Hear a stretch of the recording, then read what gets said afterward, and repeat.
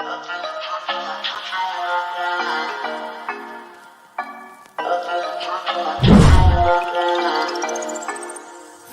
the morning, you got me up, all cause you need to talk. To 4 in the evening, wanna break up, say that you've had enough.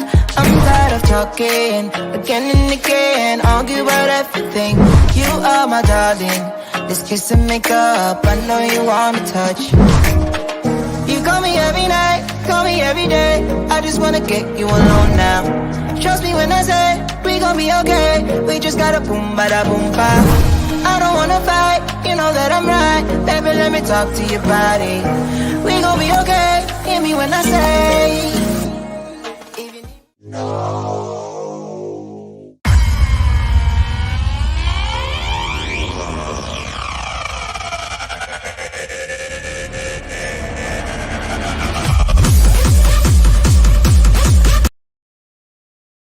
Black man. you just another one of these musty ass niggas that come here from another country to me. How to live.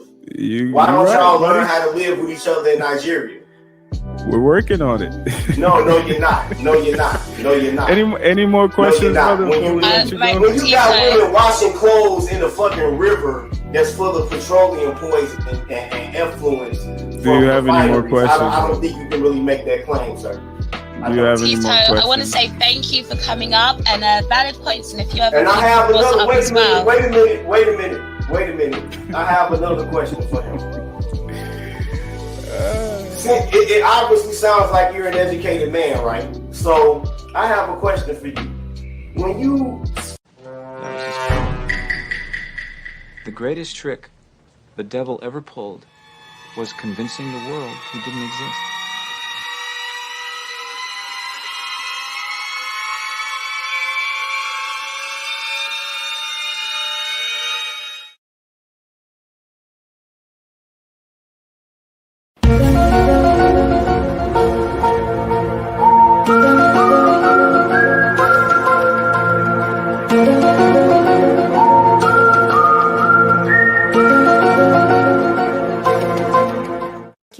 Provide a definition for the word woman.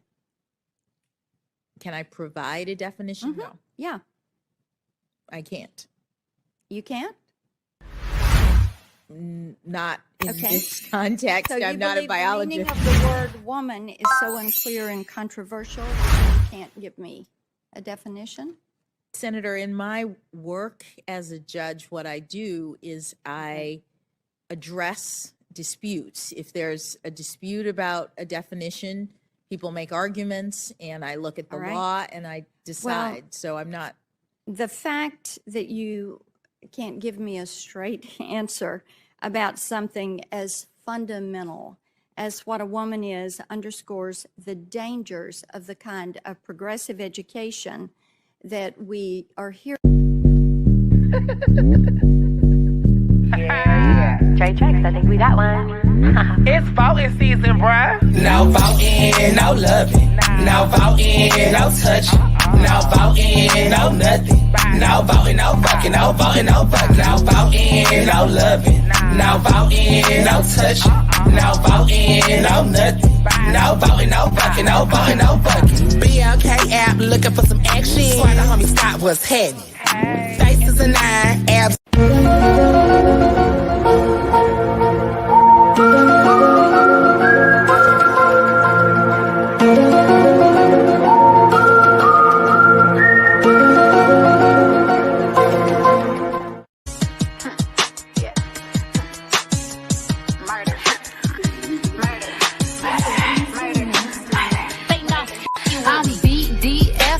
Baby daddy free, that mean I ain't got a baby coming out of me. So I'm ABORTING.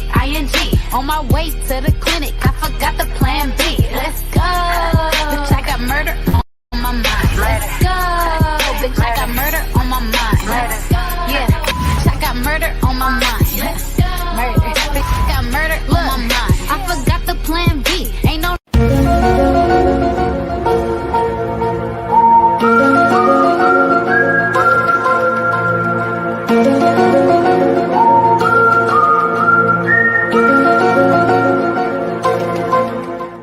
Yesterday, October 5th, 30-year-old Kira Hudson was shot to death in front of her children. A week ago, she posted this video on Facebook. It was a desperate plea for help. According to her family, Kira had been staying at her mom's house to get away from her abusive husband. Kira said that she begged the Buffalo police for help, but they refused to help her. She left her mom's house yesterday to drop her children off at school. She was planning to go and file for custody. But her mom said when she left, she wore a bulletproof vest and told her that she believed her husband was going to kill her. Shortly after she left, her sister said that her husband rammed Kira's car and then got out with a shotgun, shot her, and then pulled off. Her 3 children witnessed the whole thing. Police are now searching for Kira's husband, Adam Benfield, who was wanted for questioning by Buffalo PD. Now that more people are becoming aware of what happened to Kira yesterday and the abuse that she was suffering, people are questioning the actions of the Buffalo PD, and many believe that they failed Kira.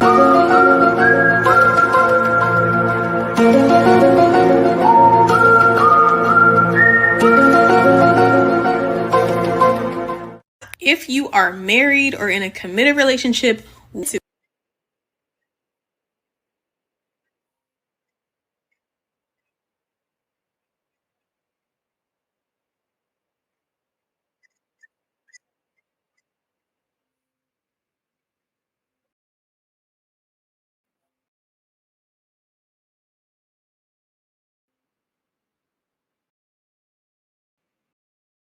and then ignoring any type of environmental protection, and to my knowledge, all right, guys, we're going to get right into it on tonight. This has been a show that's been cooking for a while. And we're going to talk about the acronym called STAB, Still Their Asses Back.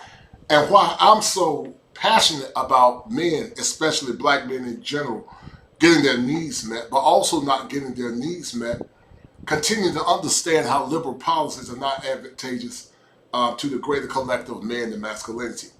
As you guys know, I am an advocate for male empowerment. I do believe in the advocacy of all men. And because I believe in the advocacy of all men, I believe that sometimes that color or masculinity supersedes race. So we're going to get right into it, guys. It's going to be a great show tonight. I got a couple of brothers. We're going to break this thing down, STAB.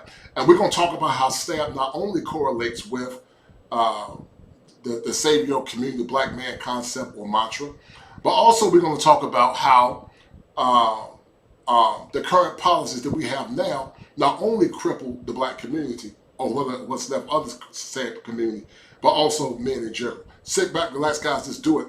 We're about to take off.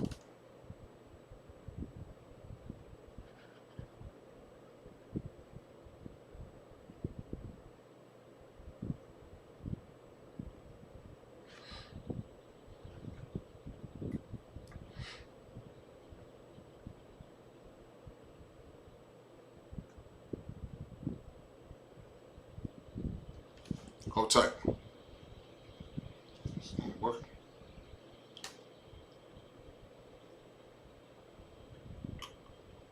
Right. I don't know if it's working. All right. Anyway, let me see.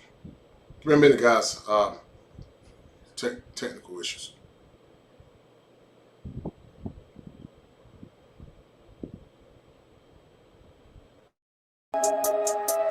All right. I think this is better. All right, so we're about to get into it, guys. Take off. Do the current policies we're talking about now, guys, benefit black men in America? What can we learn from Stacey Abrams? What can we learn from the acronym called STAB? And also the vitriol and the disrespect associated with contemporary black men in America. Let's do it.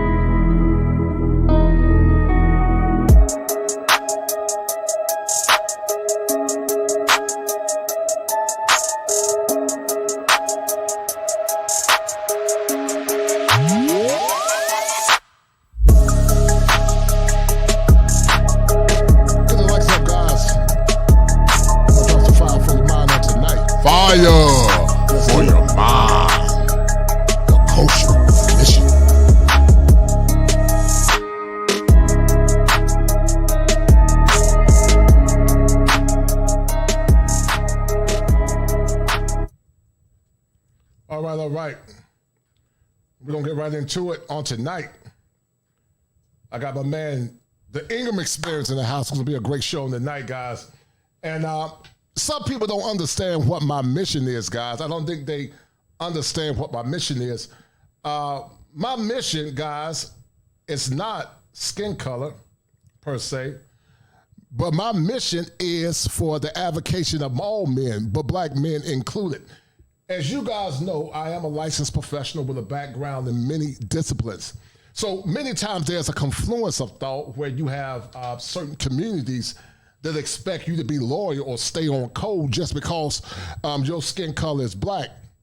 But see, true to what Tavis Smiley said, he said, my kinfolk, my skin folk are not always my kinfolk. And so I'm not here necessarily to talk about black or pro-black politics. That's not my issue.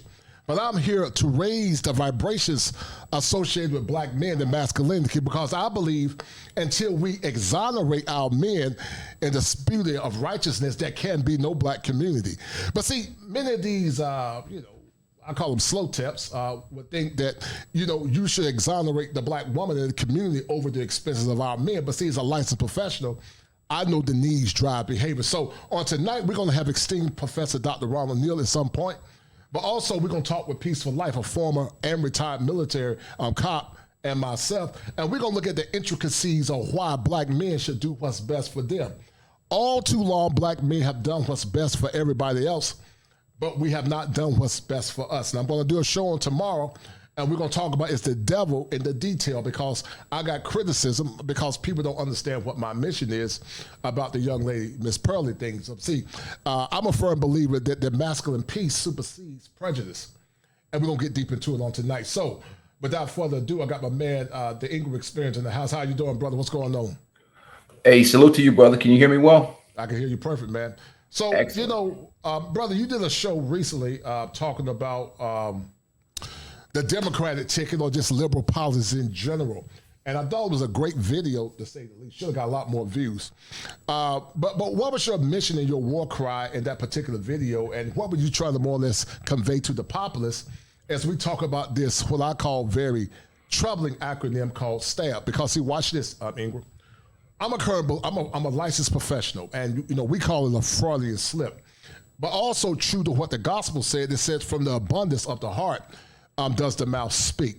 And so all too long, Ingram, black men in general, because I'm an advocate for black men and men in general, have been at the mercies of a community, but also at the mercies of some women, not all, shout out to the good sisters, that expect us to get less than what we deserve as men. And see, anytime we begin to speak out Peaceful Life about our struggles, our pains, and our desires, you'll have, adversaries that use shaming language synonymous to what women do.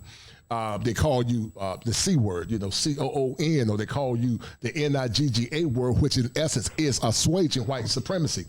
But see, I call them slow tips because, I used to be a special ed teacher, because they can't even see within the minutia. so slow steps, man, because they can't even see, they're delusional. But see, I'm not here tonight to exonerate slow tips, man. I'm here to talk about masculinity. Because my war cry is for men to be men. My war cry is for men to do whatever the hell they want to do. And see, I'm a firm believer that you have to listen and understand my position before you judge me. But all too often, a Peaceful Life, people will judge you, and they get everything lost in the details, and they get caught up and think like women instead of thinking like men and look at things critically. But why did you do the video that you did recently, A Peaceful Life? The one talking about liberal politics that have more or less not benefited the populace of black men for so long. What was your reasons for that? Well, one of the biggest issues that I see is the ultimate disrespect towards black men, in terms of we're probably one of the only races of men that the community itself don't treat us as free, empowered men. Whereas they think that our vote, our decisions are supposed to be somehow lock and stepped with a community that's very much matriarchal and gynocentric in all of its ideals and all of its policies and planning. So what happens inevitably is that what I saw was a tremendous amount of disrespect in terms of the shaming language being used towards Black men, the condescending tone. Al Sharpton came out and said that Black men, if you don't, Black men who don't vote for people like Stacey Abrams are insecure. Right. You have all these different people. You had what's his name, Tiffany Cross, that came out and said, these Tariq Nasheed, Kevin Samuels listening men need to get their act together and get in line and vote along the line. Get in line, right. So you have those things, which is irritating for them itself, because I believe in freedom and I believe in everybody being able to live life according to their own terms, and they'll have their own ideals, and we're all individuals. And most of the policies that liberals promote are very much so anti-family, anti-community, and have produced many of the dysfunctions that we see in the community as they are, with the family, the nuclear family specifically. And along with their agenda comes this self-destructive policies that does not benefit Black men in particular. I mean, I don't even know what Stacey Abrams stands for. I mean, in terms of, I don't even know if she's a part of the alphabet community. I don't know what's her mentality towards the family, but I don't see the policies really benefiting Black people in the long term. Yeah, and it's sad because all too often, just like no voting, no vucking, but also this woman that said murder on my mind, and it's all synonymous. A Peaceful Life to stab, steal their asses back, more or less, right, which in essence is a Freudian slip. And what it does, it basically says, we're not going to do anything to you because, see, watch this, A Peaceful Life. I created a new acronym called MEND, M-E-N-D. It means meet endless needs and damn demands. Men, until you mend the psyche of what's important to men, don't ask men to come back into the table of servitude based on some pro-Black BS. Because, see, I'm not concerned about, pro-Black BS when pro-Black BS have not created policies that are going to benefit Black men. When some of these pro-Blacks have not more or less erected mantles or more or less talked with politicians or more or less been into schools like I was. See, I've done grounds work for years. I've been serving and advocating for boys and men for years, white men and Black men, but also, more importantly, Black boys, from working for 7 years with the Department of Public Safety or Juvenile Justice, 2 years as a mental health correction officer serving, 5 years as a special ed teacher, and then on top of that, now being a licensed professional. But see, they try to shame you into silence. And see, Ingram, they can't shame me into silence. Calling me coons and, all this goofy ish don't matter to me because at 6'5" and 50 years old, long as you don't slip. I don't care about you talk, just don't slip. Because, see, these cats get slick with their mouths and they tap dance for the women in their lives because, see, they're just, what I call simps, they don't know any better. But I don't want to focus on that too much tonight, Ingram. The current election is up in the air, and Stacey Abrams, like so many, and this what I call this meta madness, expect Black men just to fall in line and get in line, but they don't offer us anything in return, which is the minimization of masculinity. When you think about the minimization of masculinity, what does it mean to you? And before you delve deep into that, let me read through some of these cash outs real quick. And shout out to all the brothers that donated on tonight. Shout out to my man Gregory Scotland for that $10 super chat. Gregory Scotland said, starting with the Passport Brothers SYSBM conversation has allowed us to use see the phonies in these spaces. We need to also look at the people who align themselves with, no doubt. I appreciate it, Gregory Scotland. That's a deal, right? Thank you, brother, for showing love. Shout out to my man Shots. He said support the OG Jets. No regrets, no doubt. Shout out to my man, Mr. Lawrence. He said, keep up the great work. You're doing, my brother. I appreciate it, man. All for the love for the brotherhood. And then also shout out to my man, Tim Howard. He said slow tips. That sounds about right. But yeah, we're going to get into it, man. Shout out to Peaceful Life. Go check his channel out, guys, on the night as well. But we're going to get into it. And also shout out to my man, Top Gun. He said, you're not here to exonerate the slow tips, but I'm petty, so I will. It's simple. We are having male barbershop talk, and those dudes are that guys, beauticians, That's a bet, right? But, That's a deal, right? That's I'm gonna always cover that stuff, man. That's a bet, right? That's a deal, right? But That's listen, a deal, right? you know, one of the greatest accusations, because people don't understand what we're doing as men, anytime men speak out, speak with clarity, speak with conviction, they use shaming terminology. You don't like black women. You hate. Your mama's black. I mean, it's goofy stuff. Right. Because all day long they can talk about black girl magic, black girl rock, which I don't have a problem with that. But our boys are reading at fourth grade reading levels.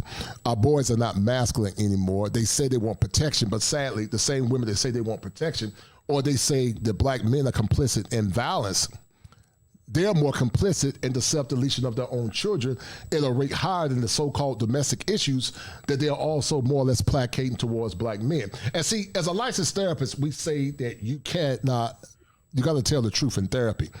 You got to tell the truth in therapy. And people don't understand that. They don't understand that in therapy you have to tell the truth. And what they don't understand is that when I did a critique recently, my critique was more or less about the character of a person, but not only the character of a person. The critique was more or less about understanding what's important for men, understanding why male mental health and male wellness is important. But see, sometimes we get lost in the details of what's right. And because of that, because we don't look at everything through a comprehensive lens, and we let feelings get in the way, then we lose what the greater meaning of the message is. But we're going to get deep into it. Shout out to my man Top Gun again. He said for the $5 super sticker, he said we are men having barbershop conversations. Those guys are the dude petitions at the salon. As far as Stacey Abrams, not trust anyone with a pickle nose. Shout out to the man Top Gun. And So it's funny, man. But we're gonna get deep into it. I'm gonna play that video of yours, Peaceful Life. That was a good video. I was impressed with it, and I'm gonna show the brothers real quick. We're gonna break it down. Hold on. And what was it? The black male vote? Why? What was it? Was that it? The black male vote? Yeah. Let me see. I got it. All right, hold tight. All right, so we're gonna break this down with Peaceful Life, guys. Y'all tell me what you think. Because less than 2 months out from the midterms, and at the center of the conversation among many black men, that rarely happens. And I want to center black men today. Right now, we could be looking at a split ticket. Senator Raphael Warnock is leading in his race against Herschel Walker, but Stacey Abrams is behind Governor Kemp. Now, Abrams says if black men vote for her, she'll win. But the math ain't really math in there. And I know Roland has a lot of thoughts about that. I want to bring it to the fun candidate. But also off. So when you hear this woman more or less bellow or bestow to this man in general to get to the polls and put a woman in the office where her policies are complicit and consistent with Marxism, the annihilation of the traditional family based on policy, but also an advocacy of the destruction of our progeny and our lineage. I got a problem with that. But also, Peaceful Life, let me say something. I want to be real clear because I think a lot of times people don't understand and they can't think logically. I am a policy advocate. Being a policy advocate, it supersedes political affiliation. I'm going to say it again. I am a policy advocate. Being a policy advocate, it supersedes political affiliation. Now, it's really none of your business, but I am a registered Democrat. But I'm convinced that Democratic policies have not been consistent, not only with heteronormative masculinity, but they have not been consistent with what's necessary to bring back or forth this mythical, mythical nostalgia called community, something that's been dead for years, and it's going to take several generations to bring it back. And I'm not oblivious to the fact, Peaceful Life, that Republicans have issues as well. They have issues. I don't trust either of them. But I am a policy advocate, and because most men are traditional, it behooves us to more or less examine policies that are synonymous not only with heteronormative masculinity, but also with giving men free and fair opportunities within the confines of the law. What do you say about that? And this little clip you got, if you keep them busy with basic needs, they will forget about the freedom they lost. Break that down, brother. Well, that's basically what the Democrats do, and many liberal politicians do. They keep Black people distracted with handouts, and people believe that handouts is policy, and that's the greatest failure, because as with every policy, even under the Obama administration, in there was agendas for the alphabet community and other policies that were welfare minded, that basically de-incentivize really the formation of family or family itself. Because what happens is we have a community that's already government empowered, and our women are already government empowered enough. So what is the incentive to be productive in a family, or to create a family based or nuclear family, or create a community, when you have all these incentives that exist to bail you out of so many different things when you make mistakes? Like, for instance, they were talking in Georgia about giving people these universal basic incomes, giving single moms a certain amount of stipend every month to help with poverty or whatever else. But the question becomes, then you create another welfare state issue, because now that incentivizes, women to have babies and, not to be in marriages and good, healthy relationships with quality men. They can sit around there in the projects and mate with Pookie, Ray Ray, and Raekwon and them all day long and get subsidies from the government. That really is destructive to the family. We know the end result is an environment where you're going to have a lot of high crime and high problems with these boys being raised in these environments. So the handouts themselves just really only puts a Band-Aid on the problem. And like I said, when people keep getting, many of our people get addicted to getting free stuff. So they forget about their freedoms and what they're giving up, because a lot of these politicians, they make certain deals with special interest and whatever else, but they give us these handouts. But then we really lose on the community side, and we lose, in terms of our families, because we see the crime rate, we see the crimes, how it's destroyed many of the inner cities and many of the communities. So we lose our freedom for these little handouts that they give us. Yeah, I totally agree, man. And have you ever seen so much animus or vitriol for when men begin to speak, when we use our collective voices to advocate for ourselves? So much pushback. When has there been a time that you've seen so much vitriol towards the silencing of heteronormative masculinity? To be honest with you, I can't remember a time period, especially in the 80s and 90s, because now I think we've been so much we're so much, how would I say it, controlled or indoctrinated by liberal ideologies, that anything that sounds conservative in terms of or independent thinking, it's almost like you're betraying the code, or betraying the cause, or betraying the whole community. Because like I said, one of the things that we've lost is this idea of accountability. Mm-hmm. And like I said, people see, it's easy. Like I said, there's no profit in you not being a victim. So if I can make you feel like you're a victim, then you don't have to take responsibility for any of your actions. Mm-hmm. And the problem is victimhood becomes addictive. And I think a lot of our people they're especially many of the liberals sell our people that they're victims, and they buy right into it. And that's the fundamental flaw right now. Like you try and get people to take accountability, especially in the community, you can forget about it. And right. We see that with our women, and we see that with a lot of these men, especially these white knight simps that come into these spaces. They want to be victims themselves, and they want to blame everything on, I'm not saying that there's no racism, there's racism. There's all kinds of issues, but they want to blame everything on somebody else. It's somebody else's fault why we're in this condition. In 2022, it's very hard to make that argument. Right. There are some causations, Right. Shout out to my man, Cody Marshall. He said, don't blame the competition, blame the product. And I'm going to do a show at some point on tomorrow. Shout out to my man, Bunny's Book and Road Tour. Young brother, I'm going to do a show tomorrow. If you want to come up and question me at some point about why I defend Just Pearly things and what she's doing, we can have that conversation. But before you judge something, young brother, make sure you look at everything within context and understand what I said and why I said what I said.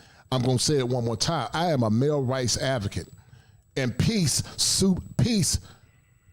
within the confines of masculinity supersedes prejudice. But see, I have a problem, A Peaceful Life, with so many of these people with selective outrage. This last president said that if you don't vote for me, you're not black. Right. There was the other woman, the vice president, talked about chucks and pearls, and many of our women not only voted for those said women, they didn't vote for policies that were beneficial to the sustainability of black men. See, I don't care about pro-blackness. Pro-blackness don't supersede heteronormative masculinity. I believe in black male masculinity and us having our rightful place before this spurious notion of pro-blackness and more or less aggrandizes the egos of women and don't hold them accountable. Now, once men get into their rightful place and we get our needs met, then we can come at the table and talk. But until then, I tell men, do whatever the hell you want to do. Don't feel like you got to do what a woman say. I wish a woman would, or a man would, or a slow tip would try to damn tell me what to do. See, many people get me confused with my profession. I'm a man first. I'm talking as a man now. That's why I tell them, don't slip. Don't let this gray beard fool you. Just don't slip. Because I used to work with Crips and Bloods and convicts. I work with hard knocks, but don't ever let this gray beard fool you, because you can get this work. Because if I don't get you from the hip, I might get you from the clip. And you don't want the clip, but I'm not saying no threats.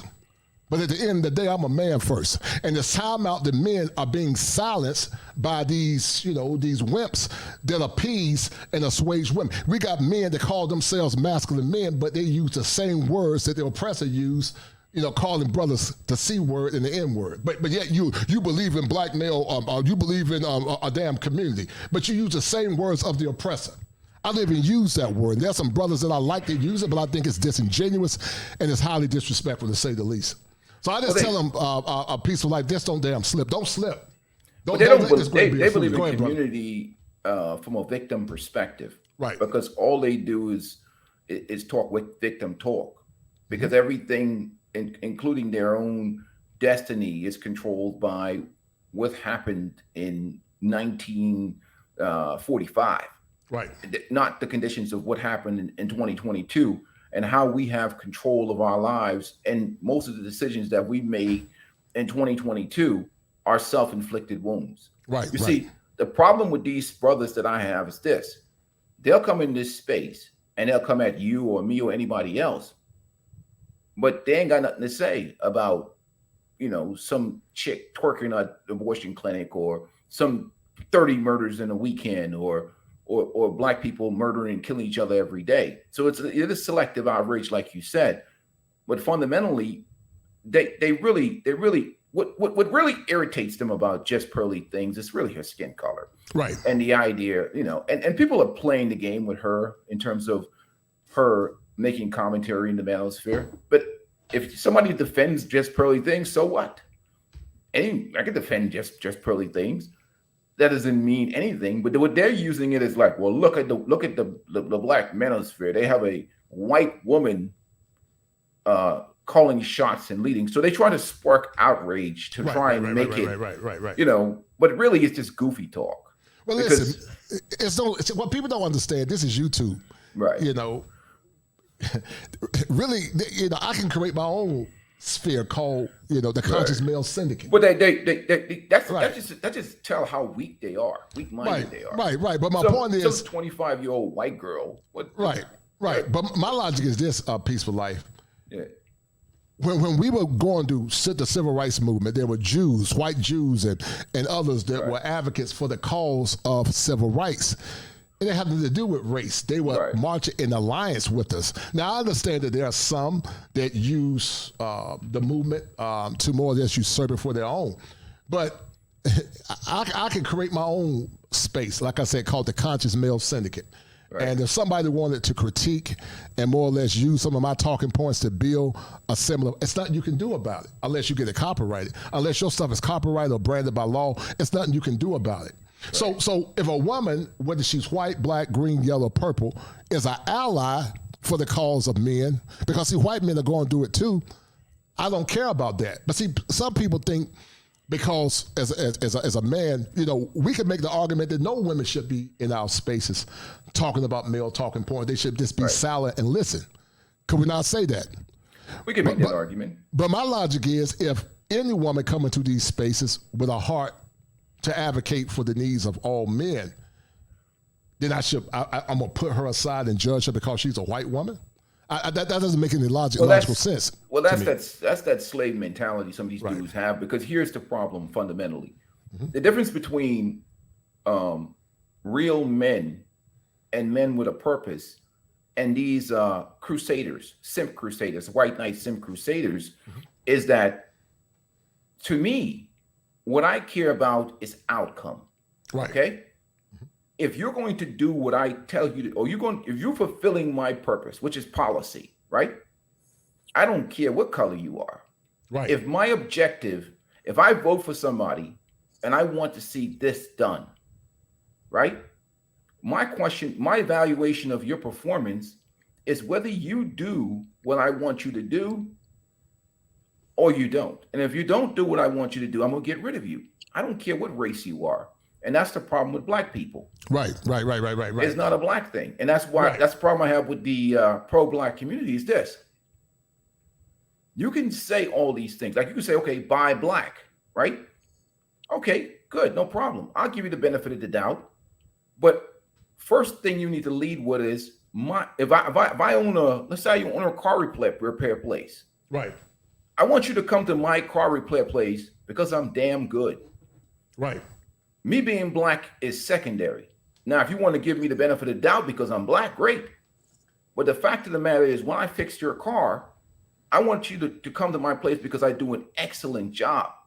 The problem with many of these pro-black communities, they're so entrenched into this black thing that they don't understand value and outcome and getting the results that you want.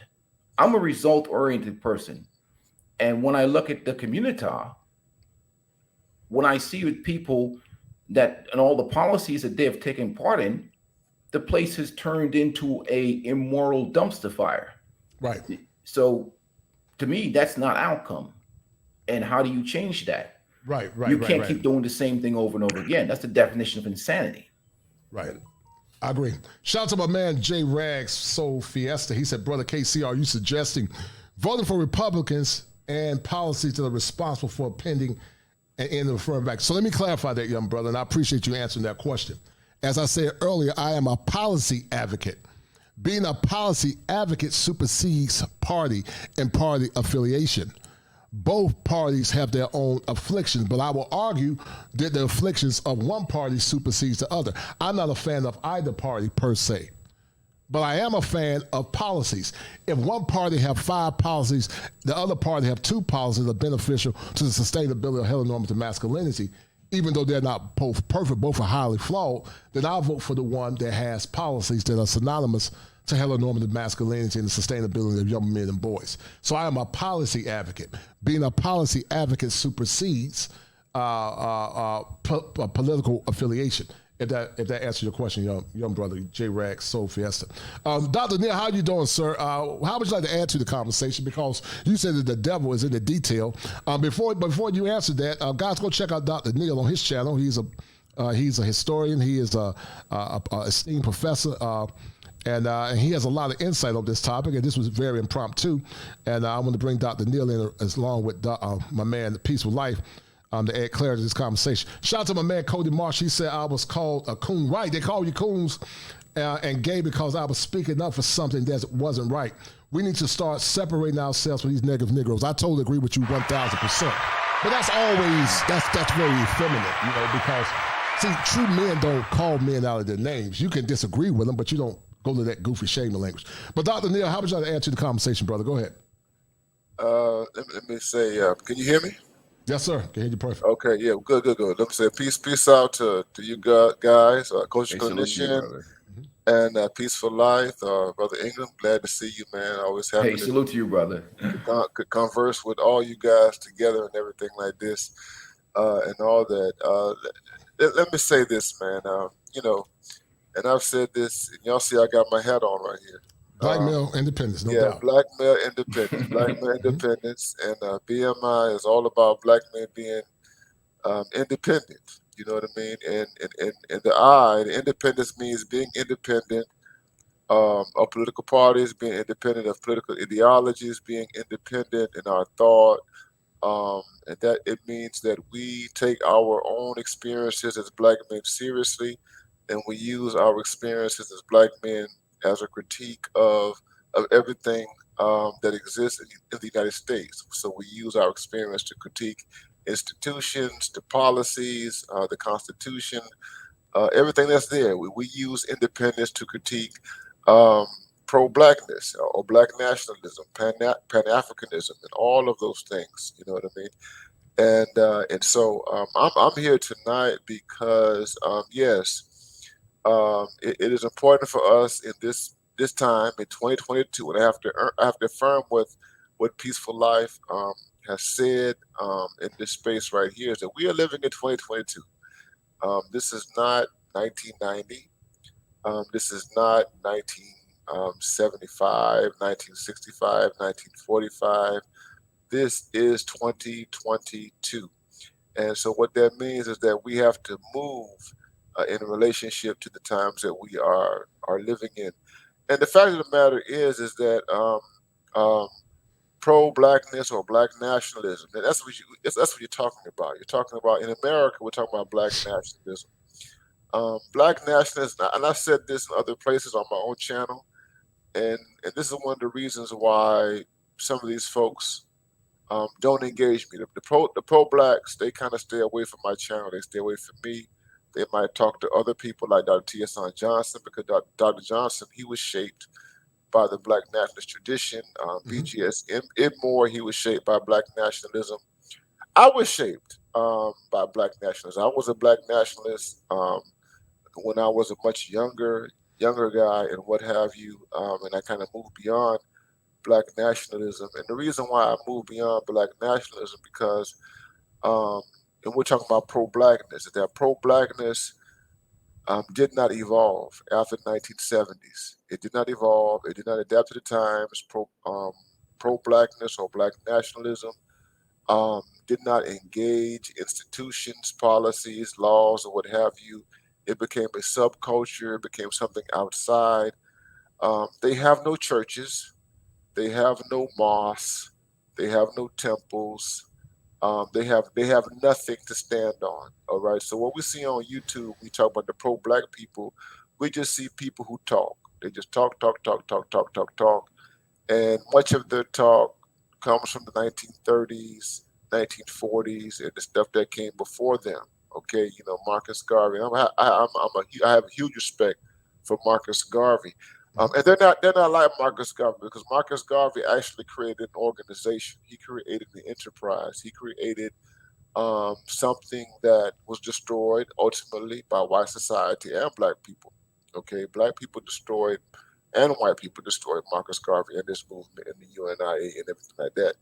And these pro-blacks on YouTube, they never built on his model. They never succeeded him or what have you. These are just talking heads. I don't take them seriously because they are outside of the conversation in terms of the United States and its institutions, particularly the Constitution, the courts, law, policy, and everything. Coach Clinician he gave us a brief summary of his own resume in terms of working within systems and structures and working, okay, as a correctional officer, as a teacher, as a social worker, so on and so forth, and what have you. The vast majority of these people do not have these kind of credentials. They just don't. They don't engage law. They don't engage policy. I came on YouTube 2 years ago politically. I didn't come on YouTube initially to talk about women, girlfriend, boyfriend stuff, and how to get a woman. Now, my contact has included some of that stuff like that, but that wasn't my motivations when I came on YouTube. I came on during the 2020 election, Donald Trump, Joe Biden, what's at stake for black men. I came out and I said publicly that black men should not support Joe Biden and Kamala Harris. I said explicitly that these people are not for you. I said explicitly that, you need to leave these folks alone. Donald Trump, I was not a Trump supporter. I didn't support Donald Trump or what have you. But I will say like I will say this. I did not come on YouTube as someone who disparaged black men who were Republicans, black men who saw something in Trump and the Republican Party that would be beneficial to them. And that was because I understood when Donald Trump became president and even beyond what have you, that Donald Trump was able to speak something to black men that the Democratic Party had not spoken to. Right. Okay. When Donald Trump said, "What do you have to lose?" When Donald Trump said, "Look at your cities. Look at Baltimore. Look at Oakland. Look at Miami. Look at what's going on in New York City in the boroughs, all over the United States." He said, "Liberal politics has failed you."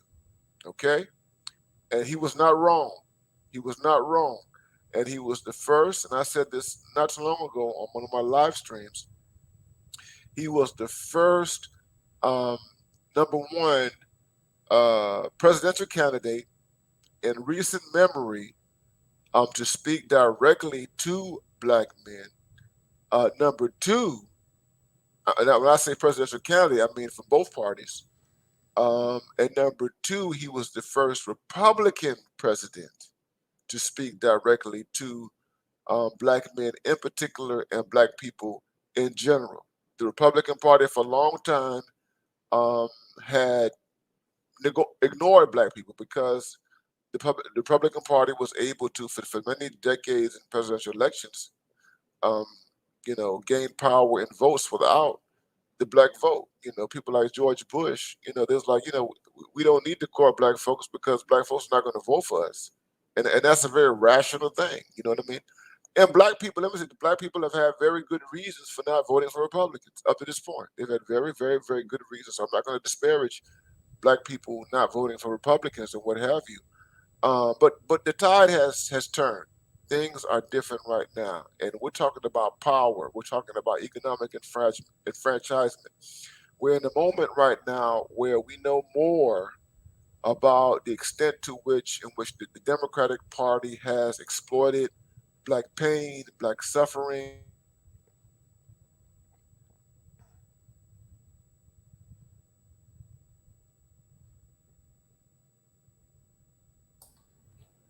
You still there? I'm still here. Yeah, Are right we here? now. Okay, yeah. So the thing is, so to get, I've been very long-winded. I'm just painting kind of a broad picture of things and what have you. So we're at a point right now. I'm an independent. I voted independent. I did not vote for Trump or Biden. I was an independent in 2020. Okay, in 2012 when Obama was up for re-election, I did not vote for anybody. I didn't vote for Obama. I didn't vote for Romney because I had no confidence in nothing. Period. Okay. Right. In 2016, I voted for Hillary Clinton reluctantly. I was a last-minute voter. I was going to sit out. My plan in 2016 was to sit out the 2016 election. But I will admit to you that I allowed a lot of the fear-mongering that was being communicated from the Democratic Party, the same fear-mongering that they're doing right now. Right. I allowed that to get to me at the midnight hour. Okay. And so, at the day of the election, the day before the election, I wasn't going to vote. But at the end, I said, I got a responsibility. Donald Trump, I was on the fence with him. I didn't know this man had never held any political office. You didn't know what you're going to expect from him or what have you. I went out and voted. I voted for Hillary Clinton. I have decided right now the Democratic Party is not a party that I can no longer support. Okay. I will not. I'm an independent, and I will say this publicly to you and other people. I've been a hardcore independent, but I have not removed the Republican option. I have not removed engaging Republicans. And the reason why, why I have not removed the options because black people have to deal with people who are in power. Right. Okay. If you want to get stuff done, you deal with the people who are in the seat of power and control and decision making. When I came on my channel, you had two people. You had Ice Cube, number one, when Ice Cube had his contract with Black America, and then you had Killer Mike. Both Ice Cube and Killer Mike went and he dealt with both sides. Ice Cube in particular. Ice Cube went to Biden's people. Biden's people didn't want to talk to him. Ice Cube went to Trump's people. Trump's people talked to him. In the state of Georgia, Killer Mike, during the pandemic, he was concerned about the host issue with businesses and PPP loans and all that kind of stuff. He dealt with a Republican governor, Brian Kemp, and Killer Mike did the right thing. He went and talked to the governor about Black business, about Black economics, all of that in the state of Georgia. And this is the kind of politics and thinking that has to take place if Black people are going to get anything. The Democratic Party right now is a do-nothing party. It's a do-nothing party. You don't avoid the Republicans. The Republicans have a lot of problems. They have a lot of issues, but you don't avoid them. You don't avoid them, right. You engage them. You and I, Kosher, we are both in North Carolina, okay? Right. North Carolina went for Trump in 2022. North Carolina went for Trump in 2016, okay? And North Carolina is going to be red next week. North Carolina is going to be red, I predict, in 2024. You can't be sitting around here waiting for these old Democratic politicians to do anything. You got to engage the people who have the levels of power, and you negotiate with them. And my perspective is you do business with them. Right. We don't engage Republicans. If you're going to engage the Republican Party, we don't engage them at the level of emotions. You don't engage them at the level of hope. You don't engage with them with a whole bunch of gynocentrism. And you don't engage with them in the way in which you don't do business. Here's the thing. You don't do business with the Republican Party in the way in which Black people have done business with the Democratic Party. You just don't do it. You just don't do it. That's why I did my video over a week ago titled The Devil That We Know. The devil that we know, Black men and the Republican Party. And I want to say this. What I said in that video is not new. It is not unprecedented. Before the Civil Rights Movement, before the 1970s, Black people had no choice but to deal with whoever was in that seat of power, okay? And in the South, we're in the South. Most Southerners, the South was solidly Democratic, okay? The Southern Democrats were a part of a Democratic Party which was Northern and Southern. When Martin Luther King Jr. was living, and Martin Luther King Jr. sat down with Lyndon Baines Johnson, he was dealing with a Southern Democrat, okay? And so the thing is that we are talking about, what I'm talking about is not new. It's a part of an old tradition of Black politics that has existed, and I'm saying we need to retrieve that old tradition of Black politics where we deal with the people in power, not the people who claim to care about us, who tell us everything that we want to hear, but when it comes down to making policy and everything like that, they do something else. I totally agree. Hold tight. Shout out to my man Top Gun, and we're going to get back in that video with my man Ingram. He said that I watched a certain content creator cry victim with the content creator substance. That's about 3 weeks ago. At the time, I could have been spent towards earning us back wasted. Towards earning us back wasted. It's fake, no doubt. I appreciate the Top Gun. Thank you, brother, for that. $10 super chat. Also, shout out to my man. My man, hold tight. Somebody else sent me one. I think his name is, what's that brother's name? My man, Mr. Lawrence, with the 5. I appreciate it, brother. I appreciate it. Thank you for the 5. But I'm going to look at this video of my man, Peaceful Light. He did a good job with this video. We're going to finish playing it. And guys, tell me what you think, because I think what Ingram did was awesome in this video. Your strategy. Right. You can't come talk to Black men in the middle of September. Yeah. Election is November. And I called it. They should have been doing this in January after Biden got inaugurated to build up a program so when elections come, now you properly prep. Yeah. And invest in black media, brother. We know that. Black-owned Black media, owned not black media. targeted. Black-owned media. Absolutely. Cliff, listen, I think Roland made a really legitimate point here. I will say, you know, a lot of black men sometimes feel like they're ignored or they're put down, particularly sometimes even by black women in the media. So this is not that. But I do hear Roland's point that felt ignored. But you feel ignored, and then you go over to the other side. The oppressed feel oppressed. So then you go and... Okay, so now she said that... hold on. She said the oppressed feel oppressed. Now let me ask you a question, Doc. You're political. You deep into politics. That's part of what you do as a professor. You know, it's safe to say that Roland Martin is a bootlicker. It's safe to say that Al Sharpton is a bootlicker. But they say you go with the oppressed, but sadly the policies that they are actually utilizing are not only oppressing a percentage of our women, but keeping them single, keeping the black family and the community divided, because the current policies of liberals supersede common sense. We can't even damn determine what's a cat or a dog anymore. But you talk about the oppressor, but you're being oppressed in your mind. What's your take on what that woman said, Doc, real quick? And we're going to finish playing that video real fast. Go ahead. Yeah, you know, Tiffany Cross, I mean, she's an interesting character, man. And let me just say that, you know, her rhetoric, you know, a lot of that is about ratings and everything like that, you know, and they use the rhetoric of white supremacy because, you know, MSNBC has to stay on the air. It has to stay relevant. They have to be able to get eyeballs and stuff like that. And so you need people who are like her. Jamel Hill is someone who's like her too. You know what I mean? But let me say this. Here's the thing.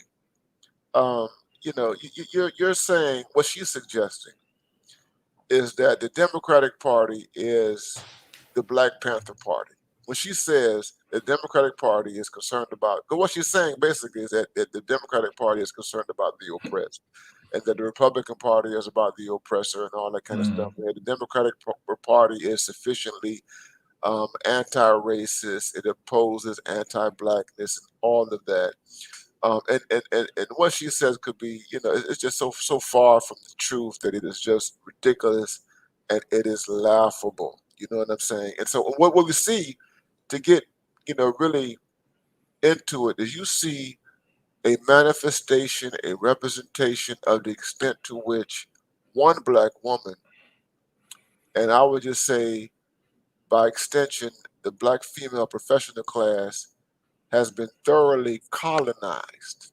Okay, they have been. I have to stress the word colonized. They have been colonized by the Democratic Party. What I mean by colonization is that they have been indoctrinated into this belief that there are no other options for Black Americans in general and black men in particular. They have been colonized into the belief that this party is fundamentally a party that has the best well-being of black people in general and black men in particular in mind. She talks as though she's Angela Davis. I'm not talking about Angela Davis now. I'm talking about Angela Davis in 1967, 1968, when Angela Davis was under the age of 30. Okay, that's how she is talking. She thinks that the way, if you listen to her closely in her rhetoric, you would think that the Democratic Party is the BPP, the Black Panther Party for Self-Defense. And it is far from that. It is not the Black Panther Party, okay? The Democratic Party is a party for the super rich who have a very selective idea of what diversity and inclusion is and what have you. And she is mad because black men are no longer attached. Black men are no longer being swayed by the idea that the Democratic Party is fundamentally a pro-black thing. It is not pro-black. It is not pro-black. It is the Democrat. If you want to talk about black nationalism, a true radical black nationalism, a true radical black pan-Africanism, that's not what the Democratic Party is. It is far from that. You understand what I'm saying? And so she is laughable. She is sophomoric. She's juvenile in her perspective. Tiffany Cross is just a sad, tragic person. And I was so happy to see her react to that because that signaled to me that Black men in Georgia in particular have wakened up. They're awoke. They're not going for the okie doke. They're not going for the Obama stuff. They're not going for the Kamala Harris stuff. Black men are tired of that stuff. Stacey Abrams, there is nothing about who she is that is compelling. No husband, no children, no history, no history of having any real substantive, deep interactions with Black men and what have you. She went to Spelman College. You know what I'm saying? She's bought by the LGBTQ people. She's bought by the feminists. She's bought by so many folks. Yeah, I totally agree, man. And that's why I keep saying, Dr. Neal, my war cry, my mission is for the advocacy of traditional heteronormative Black men like yourself, like Peaceful Life, like myself. And that's where I stand at. I believe that men should get the best need and the best needs they can get. As a licensed therapist, it's called the right to self-determination. And so I'm not here to cast aspersions on the young man, Obie Allen. I'm here to talk about the acronym that he made. And as I said earlier, it sounds like a Freudian slip. When you think about, as I said earlier, the infanticide of our children, when you think about the emasculation mentally through the media, no voting, no bucking, reducing us to cattle. And then also Stacey Abrams and so many others like Maxine Ward is telling Black men more or less to damn fall in line. You know, it's very offensive because, see, if they were in other countries, it would be an issue. You wouldn't talk to your men that way. There would be a very severe issue for disrespect to men. And we live in a world now where the boys are so conditioned, the men are so conditioned to defer their power to women. It's causing this imbalance as it relates to leadership, but also our boys seeing men that are strong and erect. Anytime we speak in a level of cogency and also in a spirit of advocacy, it's always met on deaf ears. But I was listening to my man Sir Hill speaks earlier tonight, but when we talk about what's beneficial to women or whatnot, then it's all on good terms. And so the time has come that men cannot no longer be shamed into silence on issues that are not only critical to our health, but also critical to our financial well-being. Hold tight, I'm going to finish playing that video by Peaceful Life, and then we're going to talk about it. Hold tight. You did a good job on that video. Try to align with the oppressor. So I'm not putting Black men down, but sometimes it's like, well, some of you Kevin Samuels following Tariq Nasheed quoting people, please look at the truth and see what's happening and get in line with some of the Black women. Is majority, like he said, vote Democrat, but that margin of people who can be plucked away from your people and go advance policies that harm your people, I just don't understand that. No matter who you root for, we can all identify with CPI, the best in smart home security. Let's go ahead and head on to the bathroom and see if simpler is really simpler and see if simpler can get rid of all this white. Government empowerment has failed the Black community because the foundation of all good, successful communities starts with the nuclear family. That means man, woman, child, extended family. See, a lot of people try to sell us these liberal woke ideals. But as we've seen from the examples that we've seen throughout our history, especially in the last 4 or 5 decades, is that anytime you invite the government in terms of the welfare state and government empowerment, your community ends up turning into a complete dumpster fire of immorality, as we can see by how many individuals promote low standards, no accountability, and a life that's completely reckless and undisciplined.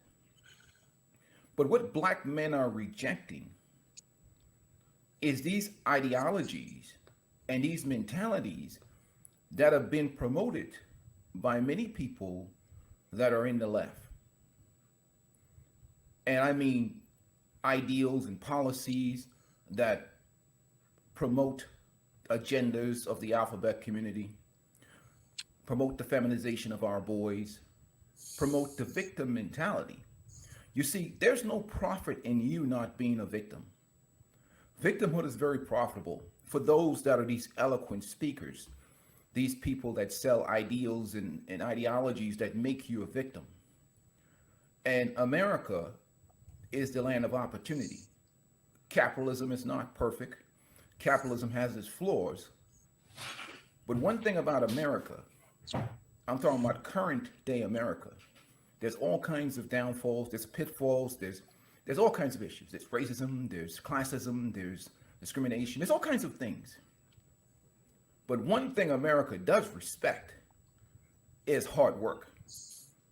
You can have the most racist person or the worst classist person. What I see is what I believe. What I see is irrefutable evidence of your effort and your dedication. I can see your values.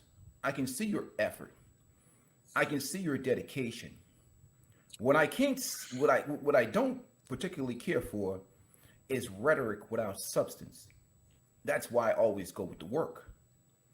But woke-minded people has this utopian philosophy of life as to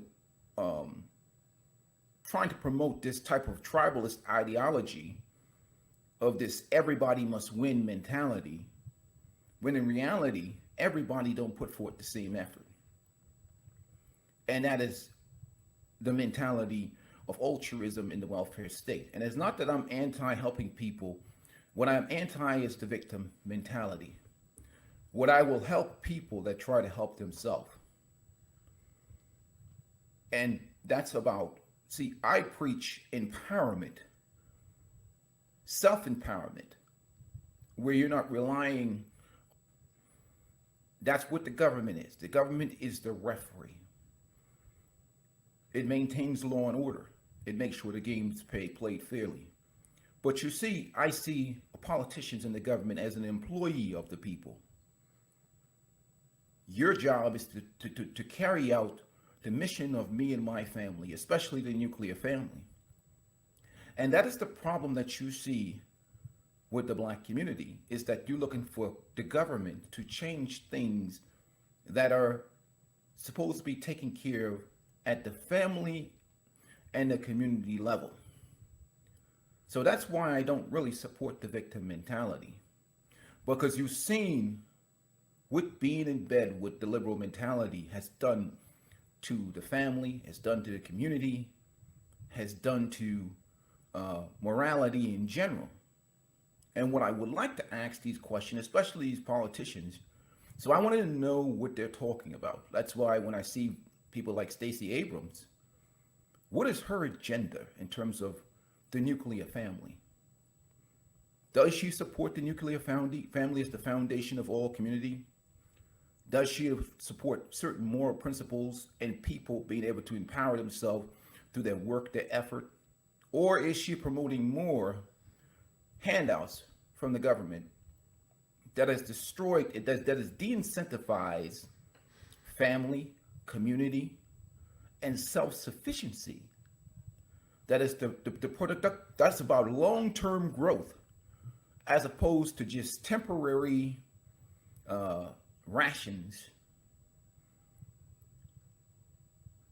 Because sometimes when you give people too much handouts, they forget about what you're doing and what you're up to and what's your long-term agenda.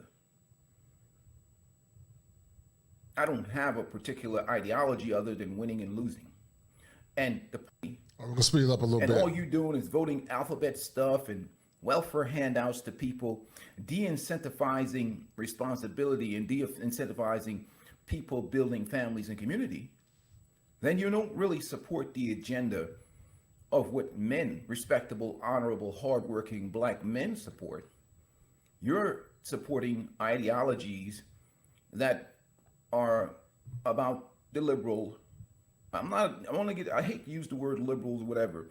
Certain woke-minded people support. You see, they've long for years used the Black community as an experimental ground for many of their woke ideas with gender, with wokeness, with family structure, all these things that they've experimented. Look at the result of this. Crime runs rampant. high rates of deleting babies, reckless immorality, the absence of the male patriarch in 75, 80% of the cases. And I know somebody's going to say, well, what about the black men and their responsibility? All right, I'm gonna stop that. So, hold tight as you guys back to the screen. So, Dr. Neal, what did you think about what A Peaceful Life was saying, man? What was resonating inside your psyche, brother? I'm sorry. Go ahead, Doc. He's on mute. Okay, go ahead. So why was that? Why were you so passionate, Peaceful Life, in that particular? So Doc, what was resonating, man, in your psyche based on what my man Peaceful Life was saying? Basically, what he was talking about is agency. Agency. What is agency? The ability for people to act, to do for themselves. The best role of government is one that empowers people to realize, to actualize who they are. Mm-hmm. And what Peaceful Life was articulating was the extent to which that government has basically disempowered, de-actualized, has worked to contribute to the continued disenfranchisement of Black people in terms of some of the most basic elements of what it means to engage in human development. When you talk about the family, you're talking about the basic structure of human formation. When you tamper with the family, when you play with it, and as Peaceful Life said, when you experiment with it, when you remove the male figure, when you move the father and you replace it with the state as a father and a husband, what happens is that you see what we're seeing right now, okay? And that the government, and this has been written about already in terms of the welfare state, not only by people on the right, but people on the left. People on the left have recognized it now that poorly constructed welfare policies, family policies, and what have you, have contributed to this basically eviscerated Black community. You know what I'm saying? And and very few people on the left, particularly, and the liberals, want to admit to the fact that there were decisions that were made after the 1960s in terms of dealing with families and what have you, the Black family in particular, and families in general that were in distress, that have had consequences that we're dealing with right now, stuff that almost is seemingly irreversible. Some of the stuff is just, it's irreversible. Right, it is irreversible. I totally agree. Right. You can't, a sane person, this is about common sense right now. Sane people cannot continue to promote this. Sane people. And he is absolutely right. Black people supporting sexual politics, you're talking about the LGBTQ stuff and all that stuff. You're promoting a sexual politics that continues to further disintegration of the Black family. Right. And I would say, and Black people, I would say this, because when it comes down to sexuality and all that kind of stuff, I work in academia. This is just me. It's not because I work in academia. I'm a sexual libertarian, and what that means is that with the LGBTQ stuff, I was never opposed to them being who they are. I was never opposed to gay marriage and what have you. I always, my conviction was that these people should not be discriminated against, okay?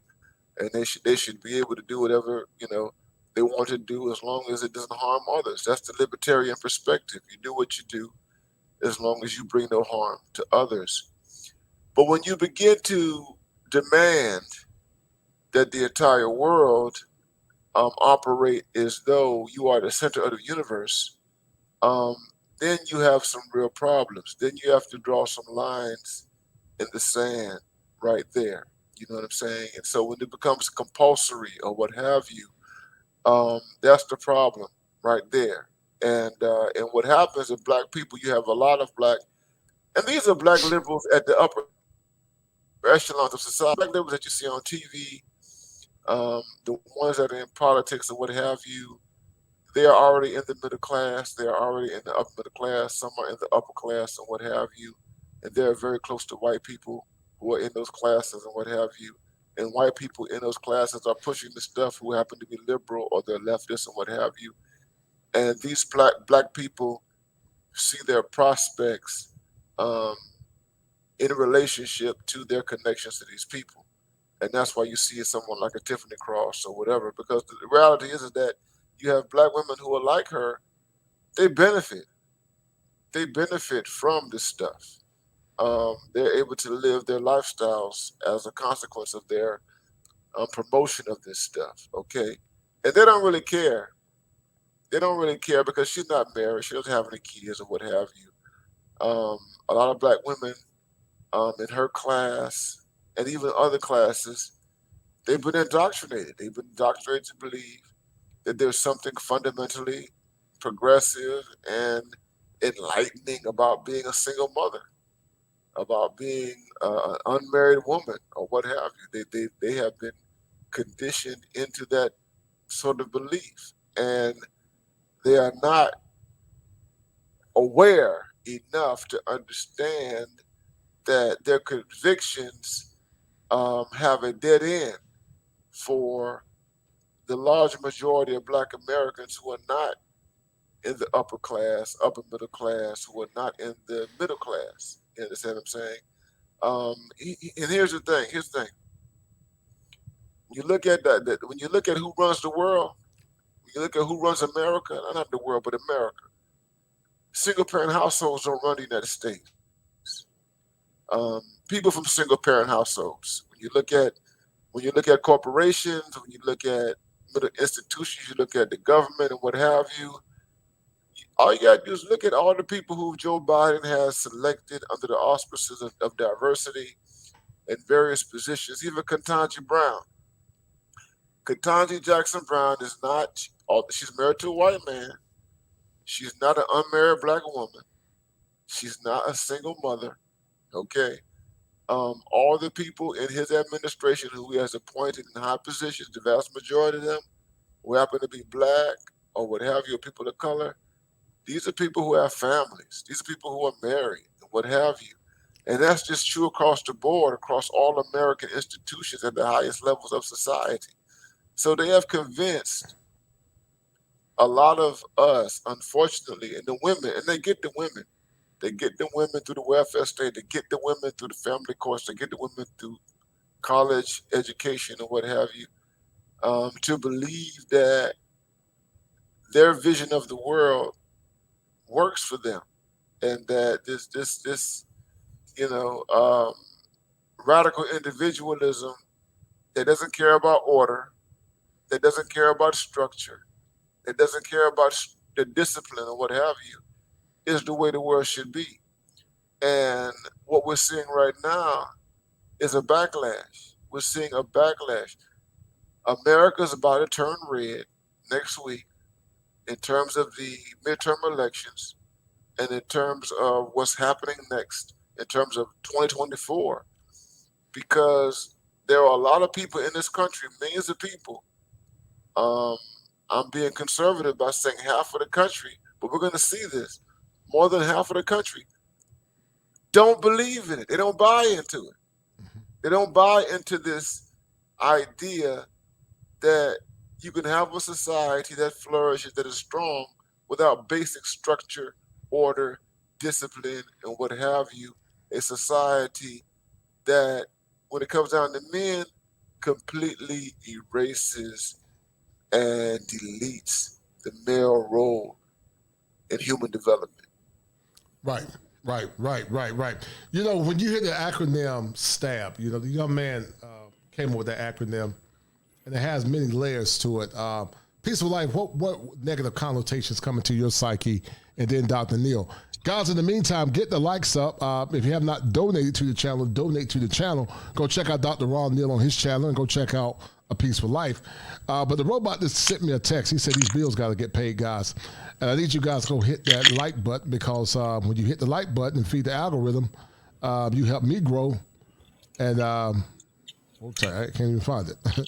And you help the robot grow, guys. Go feed the algorithm. Thank you. Hit that like button. Go ahead, do it now before I reach out into that screen and twist your hand like Aunt Esther. Hit the like button. Thank you. Destroy. All right, guys, hit the like button, and we're going to continue this conversation. The link has been dropped if you want to add to the conversation with Dr. Neal and I about liberal policies, because, listen, I've always said consistently, I know Doc said, you know, he didn't have an issue with, he's a libertarian sexually. I believe in traditional marriage. And I love Doc, and they got nothing to do with him or nobody else. That's just my position. I believe in traditional relationships between men and women. That's just what I believe. But I believe people do what they want to do. But on top of that, also, how would you guys like to add to the conversation with me and Dr. Neal, and also Peaceful Life? But also, are you guys offended by the acronym called STAB? And if so, tell me how. I can start off with first. Can you hear me clearly? Yes, sir. Go ahead, brother. What's offensive about STAB is this mentality. It's kind of like a welfare relationship type mentality. And here's why. You're saying you want black men to come back to a community, but the community itself doesn't respect manhood or masculinity. But also, you're not offering black men what they want. Let's say, for instance, you're not coming back and you're saying, well, here's the community. We have a bunch of feminine, cooperative women that are willing to get on a good quality, hardworking black man's plan, that are willing to respect that man. And we're willing to create a society with you based upon the value you bring, that is patriarchal, that is masculine, and we're willing to reward you with this for your sacrifice and your provisions, protection, security. They're not saying that. They're saying, come back to save the community, because some single moms need to be wifed up and other people's kids need to be taken care of, and we need to donate some money here to help out the society. And if you be quiet and stay on code and fall in line with our matriarchal queens and whatever else, be a good boy. The blessings you get is your sacrifice and your altruism, and that is what you get. They have nothing to offer you as a black man, right, other than being the hyena male in the hyena clan. Right, so it's all a sacrificial type situation. I mean, and they don't even have the respect to offer you incentives. So they respond with the typical plantation mentality of shame. So what they try to do is they try to make it about men not being on their purpose, men not being, you're not masculine enough because you don't want to sacrifice your life to clean up other people, undisciplined people's mess. Right. You're black, you should want to go take care of another man's children. They try to black shame you. They try to, do all these different things, man shame you, and try to talk about how, even with the guys that go overseas, well, these guys are just not competitive here. That's why they go. No, well, if that's the case, why are you paying attention to them? Because if a bunch of losers were leaving and going places, shoot, I'd be celebrating it. The reason why they pay attention to it because there's a bunch of successful dudes that are getting them going places. Because who would care about losing losers? So the whole mentality is just disrespectful within itself. If you're going to try to get me to do something at least have the decency to try and finesse me, offer me some incentives, or even, they're not doing none of that. And I think that's completely ridiculous. Dr. Neal, when you hear the acronym STAB, what comes to mind, brother? Yeah, no, I have to, I agree with Peaceful Life, Ingram. The thing is that the STAB is trying to take us back to the old regime. It's about going back to what black men did before. It's kind of like, I'm sure you guys saw the movie Hidden Figures, okay? And you saw those three women and what have you. And there was one woman, the main character in there. Her name was Johnson. I can't think of her first name, what have you. And she worked for NASA and what have you. And she lost her husband. She had 3 children. Black woman had 3 children, and she wound up marrying a man who was childless, and he was a military man. Okay, and he assumed fathership of her 3 children, and he became a husband and what have you. That's the old model. That's the old era. That's. I mean, Hidden Figures reflect something from the 1960s and even before. Black men, we are just moving away from that model and that paradigm because we know that there is no real benefit to that. Okay, we live in a whole different era where children have a different orientation towards men and fathers and what have you. You know what I mean? I've never been married. I've dated single mothers and what have you. I've had single mothers who wanted to get married to me, and I chose not to do that because of particular reasons. Because I'm like, these are not my children. They don't have the kind of respect that black men of prior generations who fill those positions once had and what have you. We're in a completely different perspective. Also, the fact of the matter is that, I mean, the welfare state, the family courts, law and policy have so interfered with the male presence in black society that it is ridiculous for a black man to assume that kind of role. It is suicidal for a black man to assume that kind of role. Again, that's the old tired, black nationalist model, and the people who preach that, Obi or Courtney Michelle or what have you, they don't respect, or they have not taken the time to really seriously analyze the extent to which black masculinity has been dismantled and disrupted among black people. And so what you have is you have black men who are highly aware, black men who had to fight against insurmountable odds to attain resources, status, and what have you. We've done this on your channel, Kosher, with damn near no support from black people or what have you. No support, right. All right, no support, what have you. And then you want to tell these men, many of these men like myself, who Peaceful Life has pointed to, are among the passport community. You want to tell us to become these messianic figures, these savior figures. That's what it's about. You want black men to hang themselves on a cross. You want black men to become, seriously, you want black men to become Jesus. That's it. You want us to walk down that road with that cross on our backs. You want to walk down that road and everybody screaming and spitting and kicking at us and all that kind of stuff for the sake of some larger goal or some greater good or what have you. That world no longer exists. It is done. The black manosphere was largely constructed because of those realities. Okay, the black manosphere exists. And I said the black manosphere as opposed to the manosphere. The black manosphere and all the founders, and we know who they are and what have you. It exists because of the negative consequences that black men have experienced as a result of playing that particular role. I told you, the pro-black people, are stuck in the past.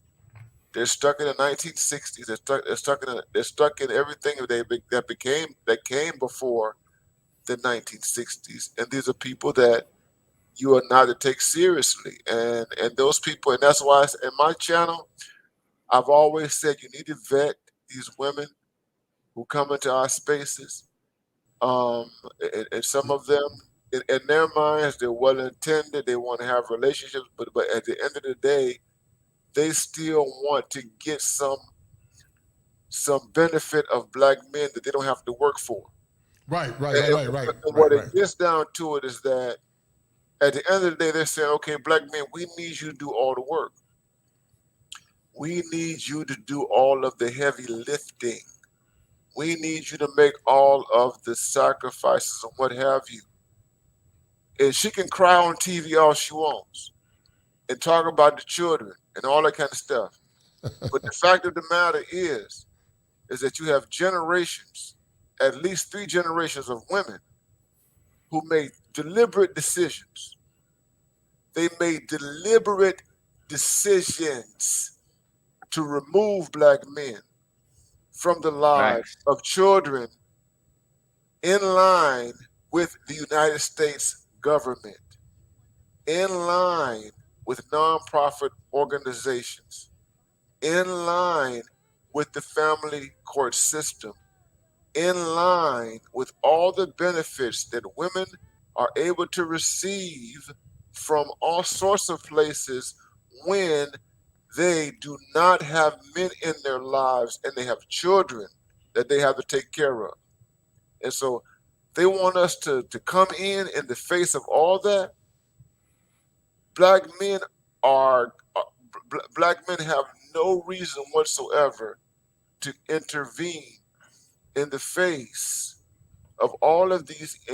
You're talking about institutional, legal, and policy forces that have put us in this position. Men operate based on incentives, rewards. What do we get out of this? How do we benefit from this? Insane men, when they see that there are no rewards, there are no benefits, there's nothing in it for me, they refuse it, they reject it, they walk away, they do something else, they get a passport. Right. They do like me, go to Brazil, go to Africa. Thank God for Africa. I love Africa. Lord have mercy. I love me some Africa, Lord. I love me some Senegal. I love me some Gambia. Then you talk about some of the most feminine and committed and lovely and addictive women that you can ever meet in your life. Africa, if you are a black man that you want you a black woman, to the motherland. You just don't want you an Afro-Brazilian who is half white, or you just don't want you a woman from Colombia or Venezuela who looks white or whatever. And no shade to the brothers who do that. But if your primary orientation is to a black woman, a woman whose phenotype is blacker, like James Weldon Johnson said, blacker than 1,000 midnights, and you want her to hug on you and kiss on you and love you and cook for you and clean for you and call you 3 times, 4 times, 5 times a day after you have left the continent of Africa, you walk away and let those women deal with their choices. I totally agree. Shout out to my man Plan Station for that $15 super chat. Cash out. Man Plan Station, because of your love offering, brother. You are now the new #1 sponsor of the stream. Thank you, brother.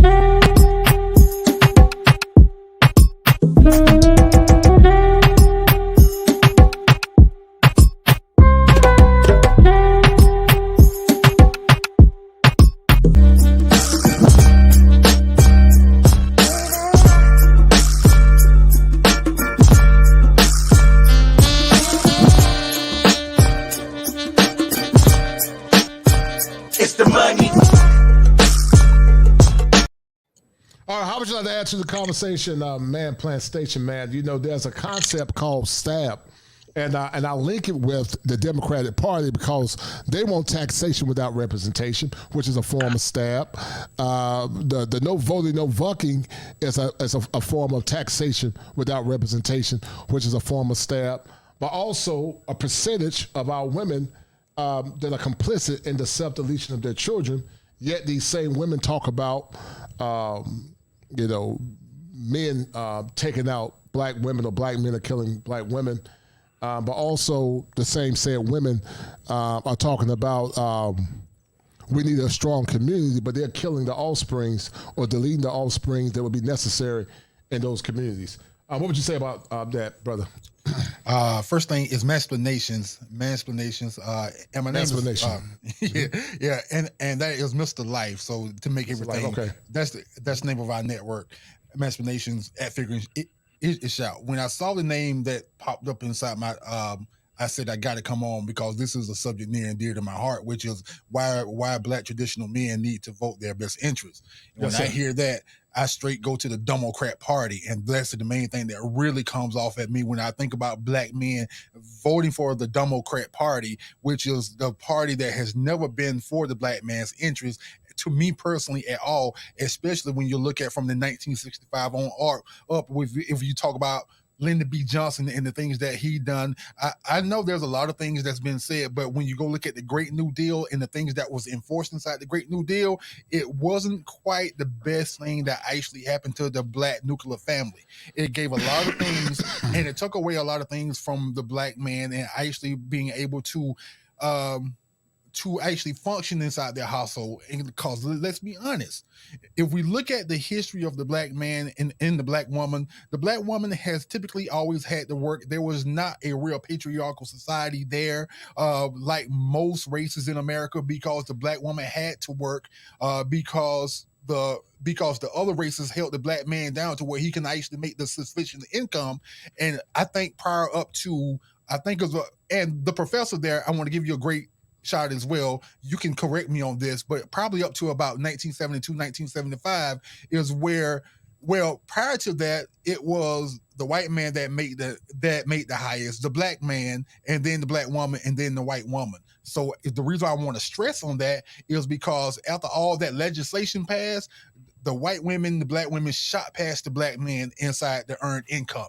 So I definitely want to say when we're looking at that timeline there's some serious issues for Black men.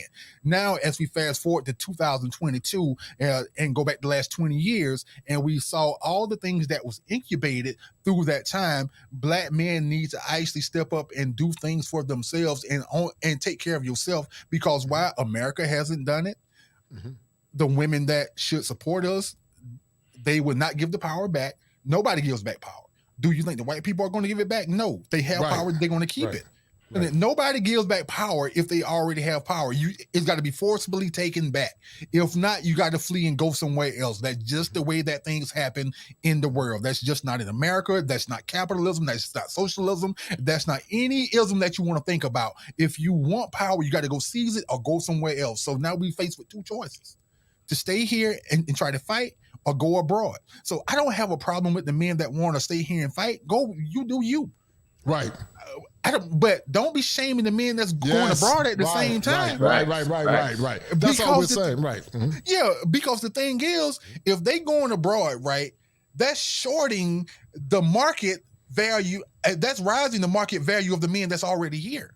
Because now you have more value to the women that's around you and you can get a better deal. I think the biggest problem that men have is hating on other men from doing other things that give them a better outcome. Like the men that hated on Kevin Samuels. What was the point of that? I really don't get the whole point of that, but why you hate on a man and going out to telling women that they need to do better for men. It might get you some peace, some cushy for about 15 minutes, but outside of that, what do you get outside of that? You don't get no affection. You don't get no agreeableness. You don't get any comfort. It's going to simply be a transaction for sex, and then you move on. So I don't get those men that actually come in and have that conversation and bash other men that's trying to put men at the forefront. I go through this every day inside my Facebook group. I put out something that say, hey, women, you need to be doing X, Y, and Z. Then I got 5 and 6 men inside there. Well, I don't know about that. Well, why you telling them to do that? I'm like, because I'm the married man with a good wife. Y'all don't have that. I'm trying to help you. I'm trying to help set you all up for a better person to come to you, and you trying to shoot in the side, and you shooting yourself in the foot because you just want some nookie. You got to think long term. Another thing that a lot of black men don't do, we don't game plan things. We don't game plan things out. We don't think past our penis. The longest, if you look at most black men, they don't think past their penis. So is it 10 inches out? Hey, that's the furthest they thinking. And the shorter it gets, the shorter they think about anything else that's going forward. We don't look past our penis for anything. That's true. We don't game past anything. If it involves our penis getting wet, we all on board for it, and we'll take full advantage of that on any opportunity that gets, even though it might be a disadvantage to us on the long run. I.e. hating on Kevin Samuels talking about women. Hating on you, sir, from talking about women, trying to get women to come to the table or just going to some other place. If men leave, that's good for you, brother. Who cares? Yeah. That just make it better for you in America. That's my stance, man. But yeah, don't vote for the Democrat Party. I'm sorry. I go more. When you go to that topic, I jump in more. But hey, we're gonna stay on the stab right now. Right. Peace of life. What correlation do you see between the acronym STAB, and I did it intentionally, the acronym STAB, the no voting, no vucking, the auto deletions of so many of our children, but then also Stacey Abrams and so many people that fall back in line, and Maxine Waters. What's your take on this whole conflagration? Well, you know, the STAB thing, and even what the brother was saying, man, salute to you, brother. You know, at the end of the day, even those brothers that come in here in white knight simp and whatever else, or they come at men that's trying to help them out and give them facts, the women still are not going to sleep with those women, because they're going to go after the guy that's masculine, that tell them to go beat feet and to tell them to get their ass together. Those are the guys that are going to get laid. The more masculine and unapologetically masculine you are, the more women want to sleep with you. Mm-hmm. That's just the way it is. So the panderers and the white knight simps, those are the guys that just not, they're just trying. Most of those guys now are virtue signaling in men's spaces just for a pat on the back. Mm-hmm. It's gotten so pathetic with those guys, because think about it. If you're really winning with the women like that, you really don't have time to be up in YouTube stalking men, harassing men, the passport brothers and all that stuff, because you're too busy winning. So those guys themselves, you know, that's the biggest issue you see now with that STAB movement is this. What they care about is not really the black men leaving. They care about the insurance policy leaving, mm-hmm. the cleanup man, the wallet leaving, the money, the resources. If black men were to leave and leave their wallets behind, they would have no problem with it, you see? Mm-hmm. Because even in the current dating market now, what you see with a lot of those brothers is that many of the women will bypass. See, average black women they think that they are better than average black men.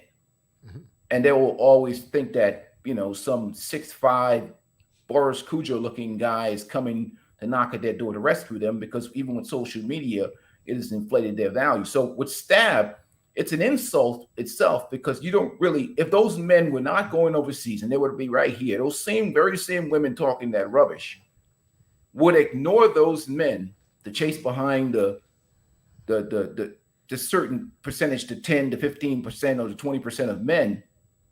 And what they will do is, on the back end, after they've gotten pregnant, gotten the mileage ran off of them, heavily pounded, mileage is ran up, when they get older, they will want those men to be cleanup men, get the second, the left, the sloppy seconds. Mm-hmm. So they really just, that's really what it really comes down to, because there's no incentive. They're not talking about, you know, girls that are in college, 18, 19, 20 years old, meeting men at that point in their life before they've been ran through.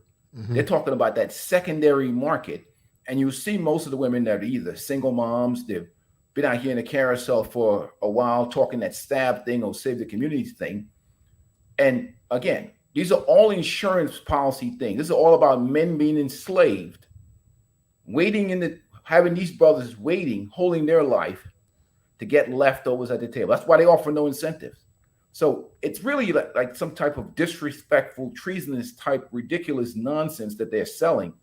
And like I said, whoever's going to get the women are the men that are the more masculine, that are the men that just don't even care. And they practice indifference, because I do it.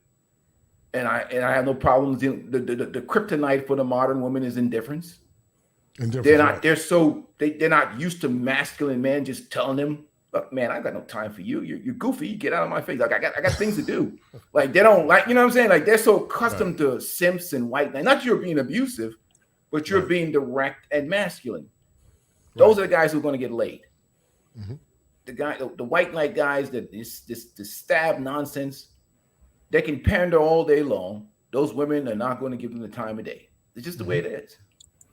Let me say something. Go ahead, let me brother. say something. So I'm gonna give y'all 2 examples. So the number one example. So I'm from Miami, Florida, and several years ago, y'all know Luther Campbell from Two Live Crew, right?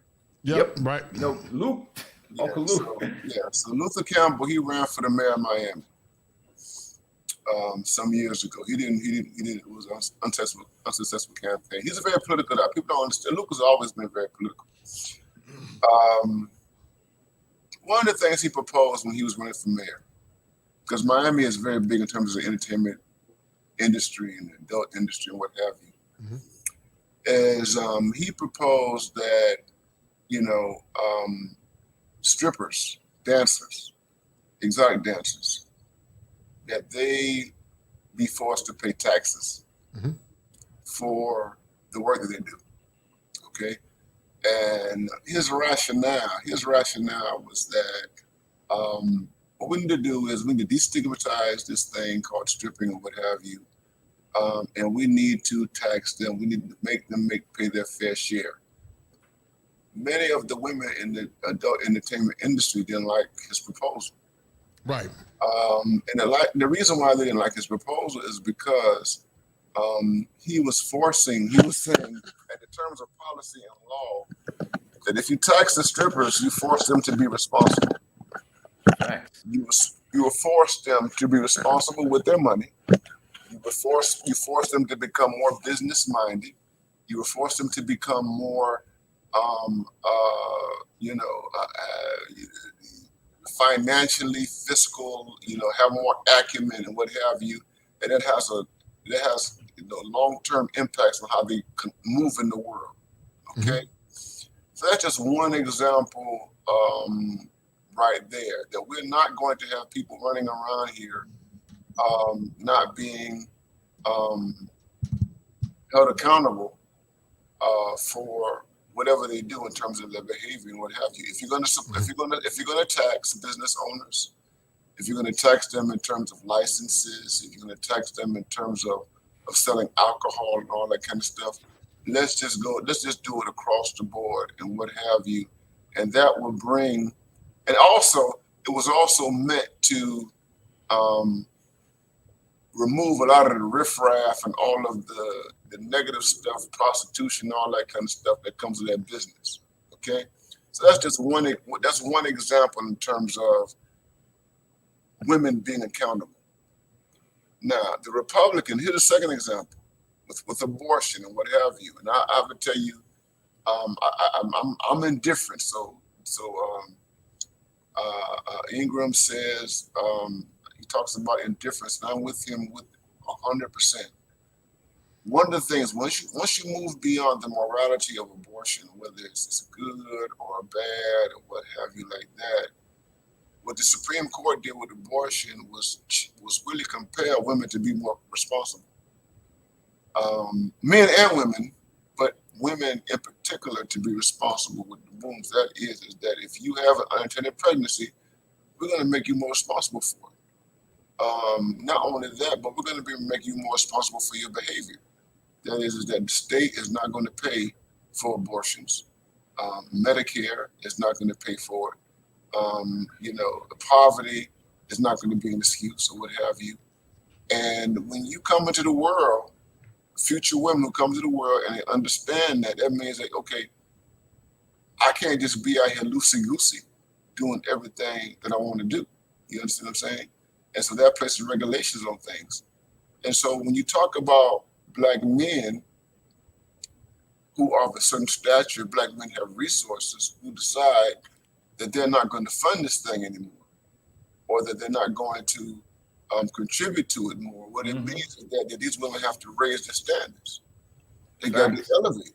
You just got to elevate, and that's what it boils down to. And is that as Ingram and everybody has pointed to, the simp is an enabler. You know this. He's an enabler, right? He's terrible. When you talk about you're in the clinical field and all that kind of stuff. Right. You're an enabler. What you do is you are rewarding maladaptive, dysfunctional behavior by co-signing decisions that have long-term negative consequences for generations. You understand? And that's exactly where we are right now. It's just you have they have been rewarded. As I said before, the welfare state incentivizes these behaviors. The family courts incentivize these behaviors. In this space, people like BGS are talking about womb hustlers, you know. And I'm a single man, never been married. I can't tell you, the young women who are really interested in attaching themselves to a man and getting impregnated by that man for the sole purposes of having some semblance of security in this world. Right. And if it's not that, you can have, I'm 49 years old. You can have women who are 23, 24, 25. They didn't have a baby with a man who can't get no job. She had a baby with a man who's a convicted felon, and he is completely shut out into the economy, and she is stuck with raising that child by herself. She's 23 years old, and she see me walking around, and she can look at you. These women are very smart. They can look at you and tell if you're doing something, if you got something going on, okay? And they want to attach themselves to you in order that you can be a kind of informal form of welfare, okay? And what we're saying right now is that no, we're not doing that. And yeah, we just, Black men just simply have to move in different kind of way. And the whole stab movement is about that. The stab movement is a welfare movement. It's another way of talking about welfare. It's an informal. It is an informal mode of welfare for people who have made horrible decisions in their lives, people who cannot take care of their kids or what have you, and who look to men who have struggled, men who have played by the rules, men who have dealt with a very Darwinistic system in relationships to their own social mobility, and who have achieved a certain level of status, who are expected to pull them out of a ditch, okay? And the thing is that you have to have a different orientation. If you have a simp orientation, it's very hard, because if you grew up in a family, your mama, she raised you single parent household, your daddy wasn't around for whatever reason, you know what I'm saying? Right. These guys have already been programmed. The culture has already programmed you to save these females. Right. The culture has programmed you to be a rescue mission, okay? Right. You're the fireman, you know what I'm saying? The only time we think about fires, the only time we think about the fire department is when we have an emergency. You know what I'm saying? When there's no fire in the house, ain't nobody thinking about no fireman or whatever when there's no emergency. The only time you call the fireman is when that stove is burning or whatever, and you got some electrical fire or whatever, and you don't know what to do. You get on that phone and you call that fireman to come extinguish the fire. And what we're saying is that role is dead.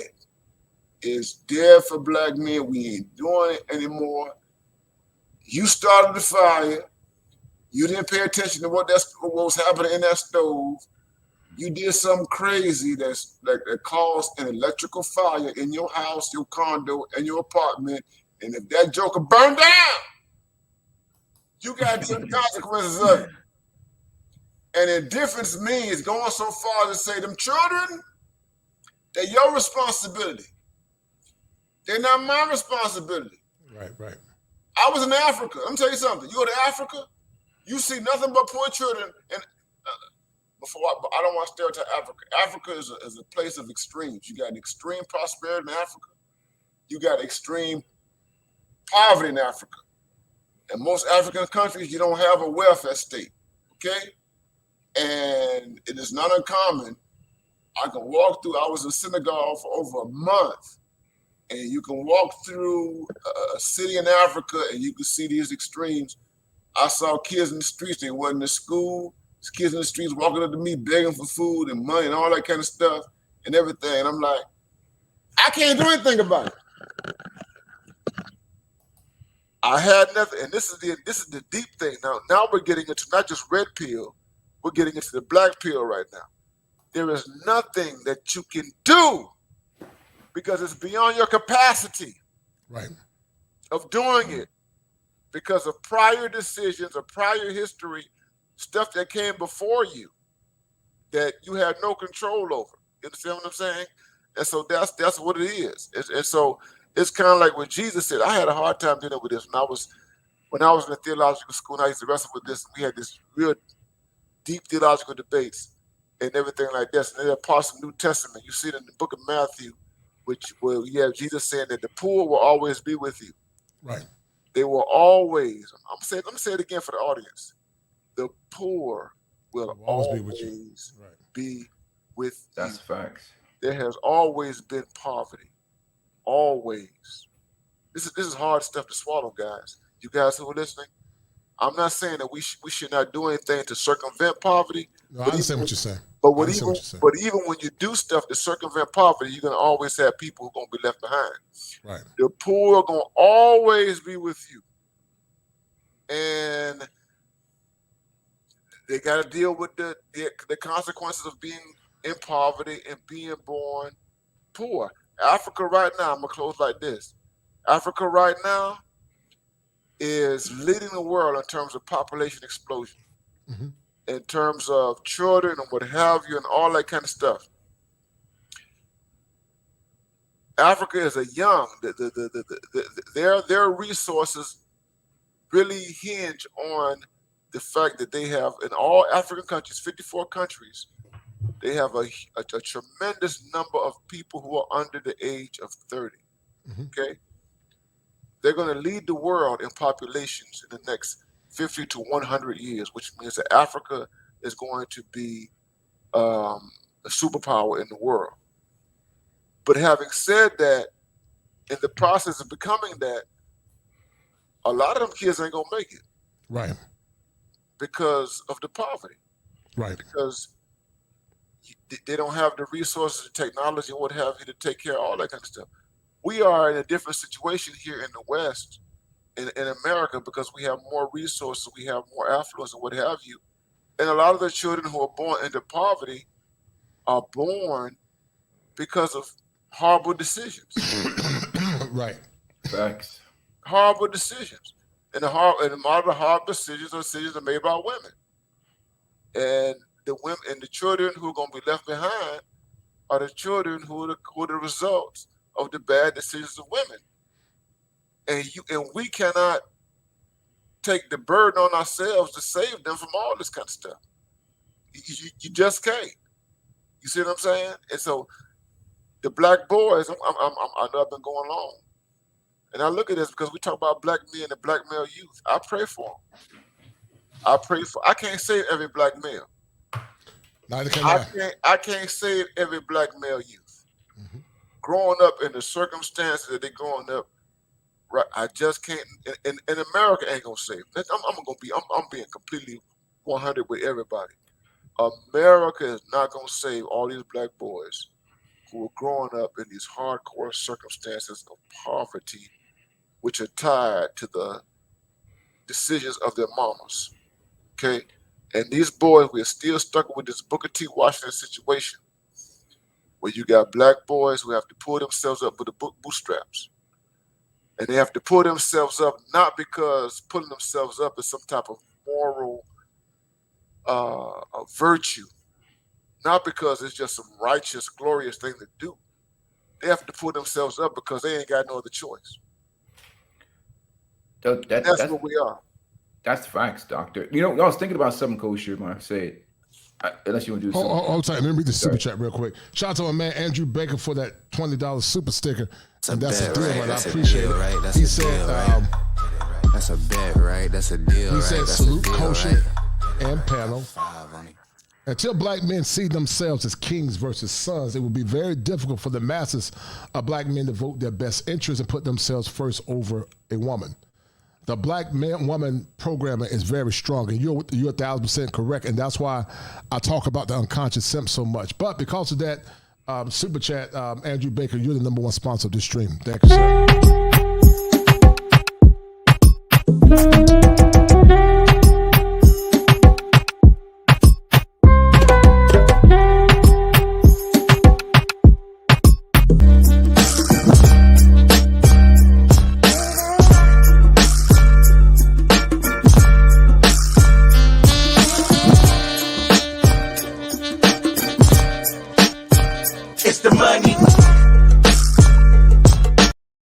Go ahead, Ingo. We're gonna land the plane in a minute, man. But go ahead, brother. Yeah, I was just gonna say what Dr. Neal said. You know, so powerful.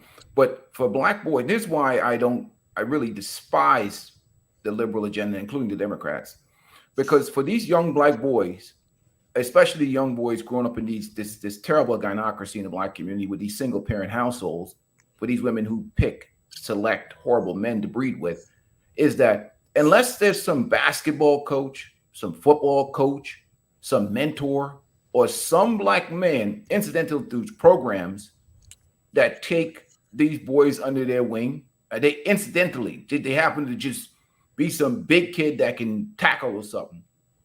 Unless they get some type of masculine leadership, this is how bad that they don't offer any programs or incentives towards black men and boys. That it has to come entirely from private individuals through sports or some other, which is a sad reality. And that's the problem. Because even now, talking about these white knight simps virtue signaling in these spaces, is that the women have gotten so material that they're monetizing themselves, especially with this new WAP culture and everything that's going on with the sugar daddy culture and all this other stuff. They could be working 5-6 dudes at a time. Right. Maybe sleeping with one, getting money from all of these simps.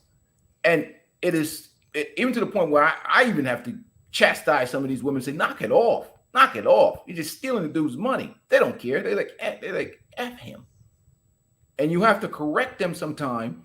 But these dudes are such simps, they don't even realize that they're getting played. So now the biggest issue is that if men are not going to be taking part in that system anymore, then there's nobody left to clean up. There's nobody left to exploit. There's a complete dry up of this type of activity, because even a simp at some point in time realizes that the deal is bad. He ain't dumb, but he realizes that the deal is so horrible now. But this is the problem with the whole dynamics, is that we're in an absolute zero accountable environment. And like I said, the problem is that many of these guys, they come into these spaces, they're just completely clueless. Some of them don't even realize how much they're simps and how much they're being played. But that's what I have to say. Well, the thing is, go ahead, brother. Go ahead. Well, the thing is, when you're talking about this simp culture, I don't think the simp culture is going anywhere because there's always going to be some dude with $1 that's going to be willing to give it to a woman, and actually get conned out of it. And shout outs to the professor that's from South Florida. I'm a Florida boy myself, and he might know. He brought up 2 Live Crew, and I grew up on Poison Clan. And the reason why I brought that up because I went to Florida A&M, and A&M, man, I love it. yeah. I said I went. I didn't finish because I was too busy doing other things. But that's good stuff. But you know how things go when you walk out on that yard and it's 20 women to one man. You kind of get jaded at that point in time. But it was one thing that was always going on that was rampant throughout that city. You'll see girls come up from Miami, come to a small town, Tallahassee.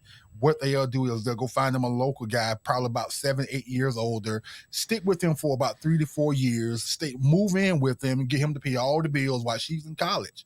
This was the game. And while she's in college, as soon as she graduates, she goes to the guy and say, I don't think this relationship working out for us. I need to move. And she'll actually get her degree, hop up, move to Atlanta, move back to Miami, and it was a constant cycle. I had plenty homeboys to where this happened to. They was good blue-collar dudes and thought that she was going to stick it out with them. And I'm looking at, bro, she running the game on you right now. Right. And it's a part-time thing just to get her bills paid and to have a car. So the thing that we're looking at is like the game has moved to the internet now, but I don't really think the game has changed. Right. Women going to move the way that they want to move. I think the more important thing is us as men. And I'm a person that say I don't have any faults with black women because once again, I came out on top. I'm 6'5", brown eyes. I move how I wanted to.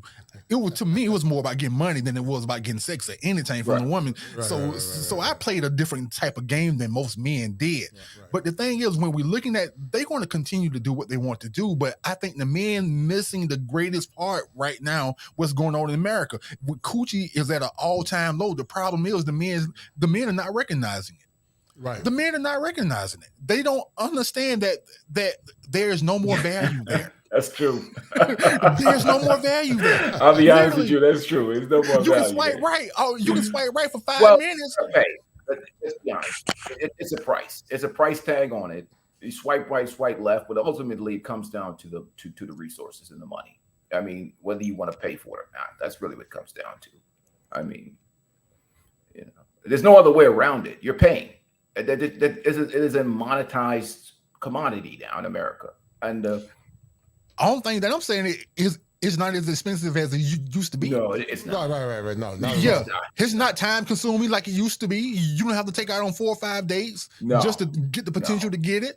It can literally, you can take her to Starbucks, spend $5 and figure out where it goes from there and move on. You don't actually, because the thing now is you don't have to actually put out that much effort because they are hot girls. They are city girls. They do think they move like men. These modern women think they men. So why don't you just use that to your advantage? I'm not saying marry them. I'm just saying if you want to actually have fun, I made it to 30. I made it to 45 with no kids. So it can be done. It can be done. It's about you as a man understanding your value with your seed and making sure that you don't put yourself in that situation. Me personally, the most women I dealt with was like going for their graduate or their masters that stayed inside their books, and girls that were actually trying to do things and have a great career. They wasn't trying to get pregnant. Those ones that I move with. Just to add what Man Cave was saying, so remember, during the pandemic, we had a toilet paper crisis. Remember that? Right, I remember. Oh yeah, right. All the men inside the grocery stores buying the toilet paper. The women wasn't coming out. Yeah, all the toilet paper was gone right during the pandemic. right. That was just during the pandemic. We don't have a toilet paper crisis right now, and we didn't have a toilet paper crisis for the pandemic. And why do I say that is because when you talk about abundance, ain't nobody, I mean, come on, man, you can buy toilet paper anywhere, right? Mm-hmm. You can go to Walmart, you can go to Target, you can go to the grocery store, or whatever, and you're not going to pay top shelf prices for no toilet paper. And what I'm saying is that the mating and dating game is no different from the toilet paper market. right now. You understand what I'm saying? Is that it's everywhere. It's abundance. There's no, there's no supply demand differential that you're dealing with. And so what happens is that when men don't understand that, when men think that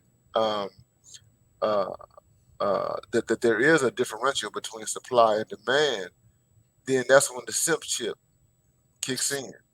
And that's when the simp chip goes and overdrive and what have you. You know what I'm saying? But all men think that because of coming up as kids.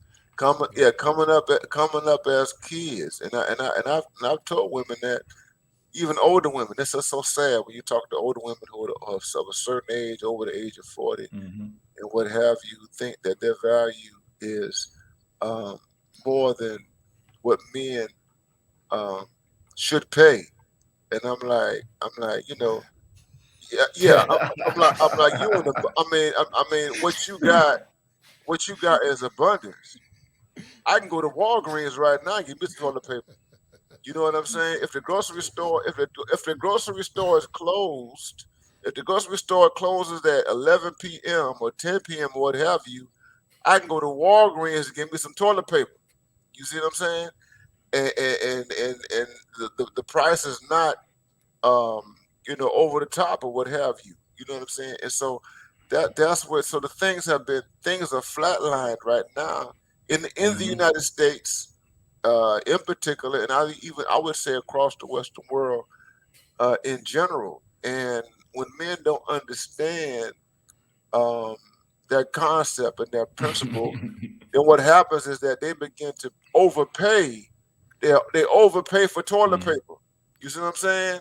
So if the flatline price for 4 rolls of toilet paper is like $4 or $3.49 or whatever, you know what I'm saying? At the most $5, these men are playing.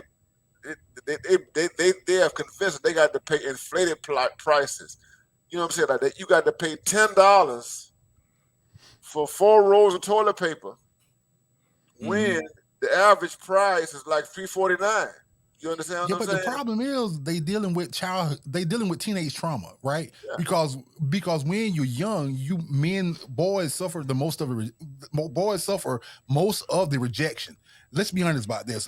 Between 17, 16 to about 25, 30, whatever number you want to throw out there, we are the aggressors, right? We want to go take our shots, and most women are going to shoot you down at that age. So I think it's some type of form of childhood trauma to where you just think that that's going to always be the case, and not recognizing as you grow up and you grow into yourself that you become more of a commodity. I have to tell a lot of my men, you are no longer the predator, you the prey. Because once you hit about 29, 30 and you got a great job, the game has changed now, brother.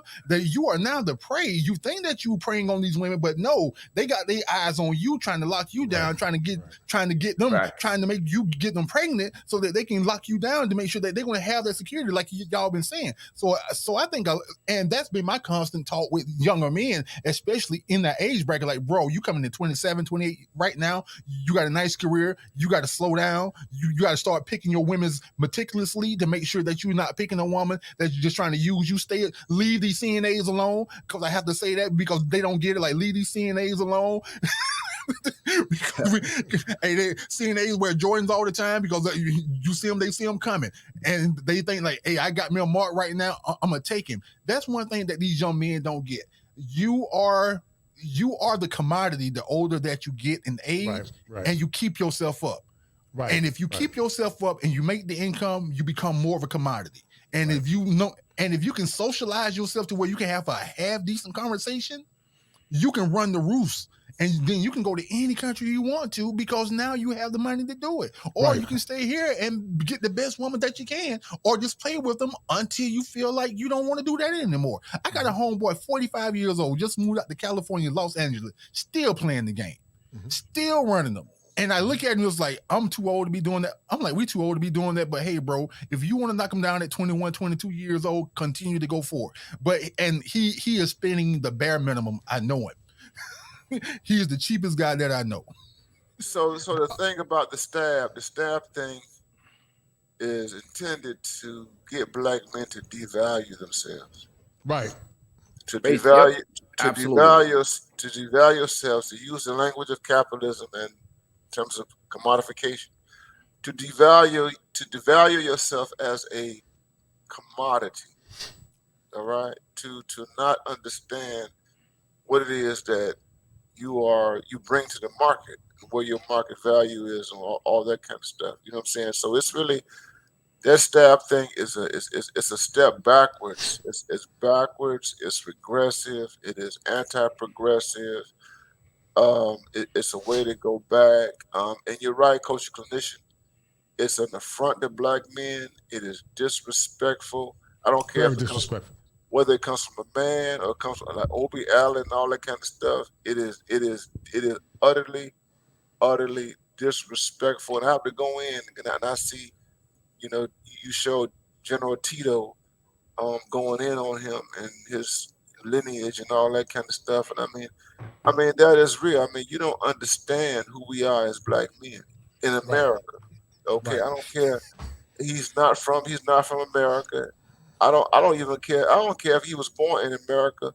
To the Nigerian parents, he still has a different cultural orientation than we have. You know what I'm saying? Right. And, Right. and the reality is that you have completely dismissed the realities of what it means to be a Black American man who was born Adolphs in America, living in this culture and what have you. And you are an enemy. This brother, he is an enemy of the Black manosphere. He is an enemy of those of us. You see this thing right here? This thing says BMI.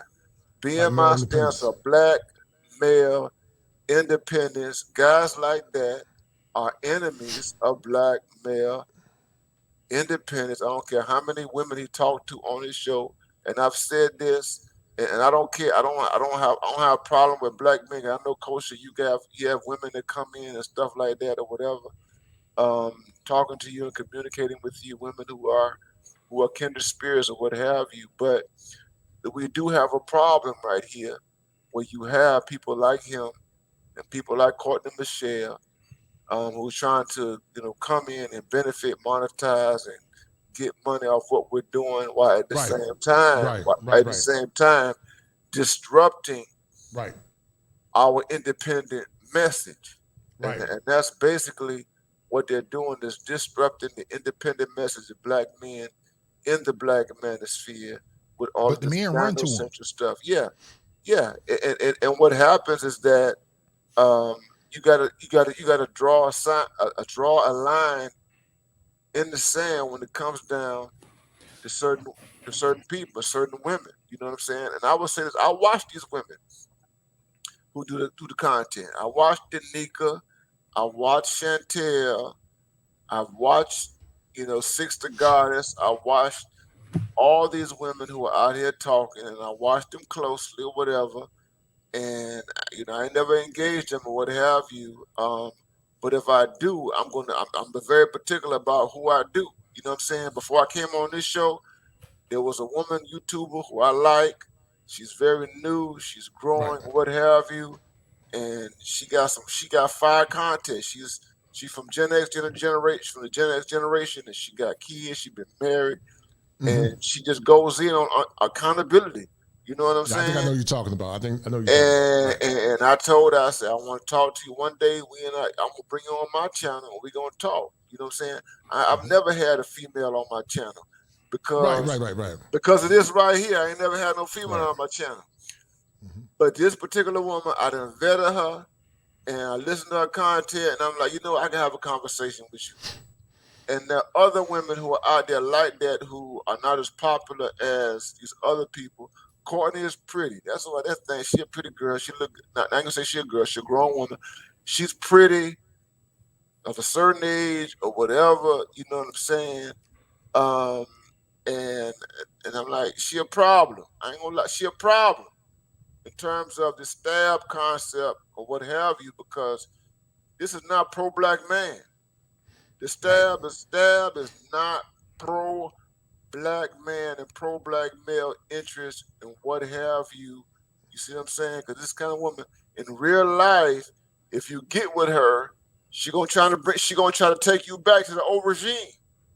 And black men don't need to go. Right. If you get with a woman like that, I'm gonna call her out, according to Michelle. If you get with a woman like that, she gonna try to take you back to that old regime. All of that gyno, she's maybe 40-some years old. You just don't walk away from that stuff. The plantation? In 1 year or 2 years or whatever.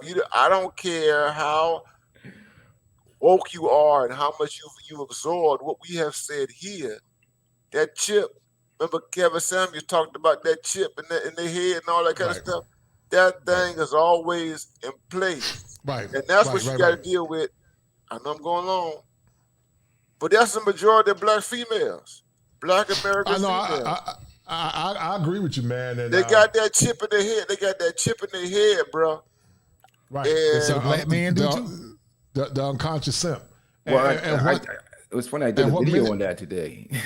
That chip. Yeah, and what many don't understand is this: it doesn't benefit them in the long run. Like I see the young man King Lyons, Divine Mathematics. Saying taking care of, if a brother like him want to take care of somebody else's kids, feel free to do it. You know, he pointed that at me.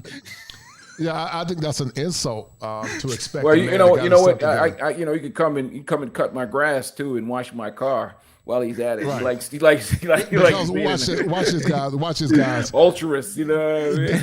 Dr. Neal made a very good point. What people like, a lot of these. A lot of these pro-blacks understand. I'm black male empowerment first. That supersedes everything. My mission is synonymous to Dr. Neal's, being my black male independence. If anything supersedes or reduces black male independence, I got a problem with it. And so coming into relationships where where it's not philosophical beneficial to black men or men in general, because my mission is for white men and black men, but specifically black men because our thing is different, then who want to come into a relationship when they're going to come in last? Because they're not going to put themselves last. Women by nature are very solipsistic and they're very opportunistic. They're, just part of their nature. I don't mean they're bad people, it's just part of their nature. Now, if a man want to do that, like King Lion, Divine Mathematics, more power to you, brother. If you want to come into fourth place, more power to you. But the days are coming. Yeah, fourth place. But you will, right? You 3 kids in there.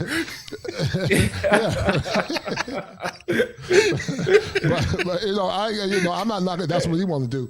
But the days of being a sacrificial lamb, where you can lose your livelihood, where many times trying to raise kids in this culture, they don't respect the men that do make the sacrifice to take care of them. It's just not been. I've heard too many horror stories, man.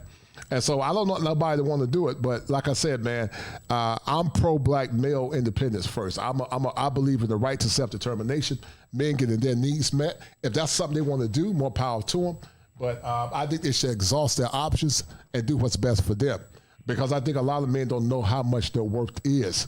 And like I said, a lot of these pro-blacks think that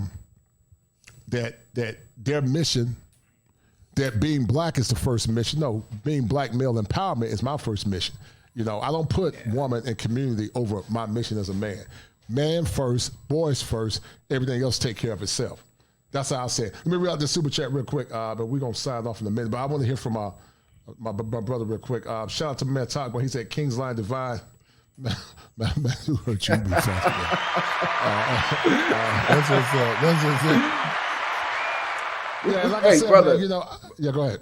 I said, we brothers, we gotta do some self-esteem training for some of these brothers, man. They don't value their life because they don't listen to the ultrist mentality that's a person that don't love themselves, because they always talk about themselves as a sacrifice to other people's lives without them even having any value to themselves. That is the complete welfare state mentality. That is that programming that they get in the pro-black community to be these ultra simps. It's ridiculous. He's a socialist by heart, right? That's what you're saying. He's a communist for the black people. Well, that's somebody that hates themselves. You hate yourself. Like you're literally. You just need to walk around like this right here. Yes. I don't know what we're gonna do.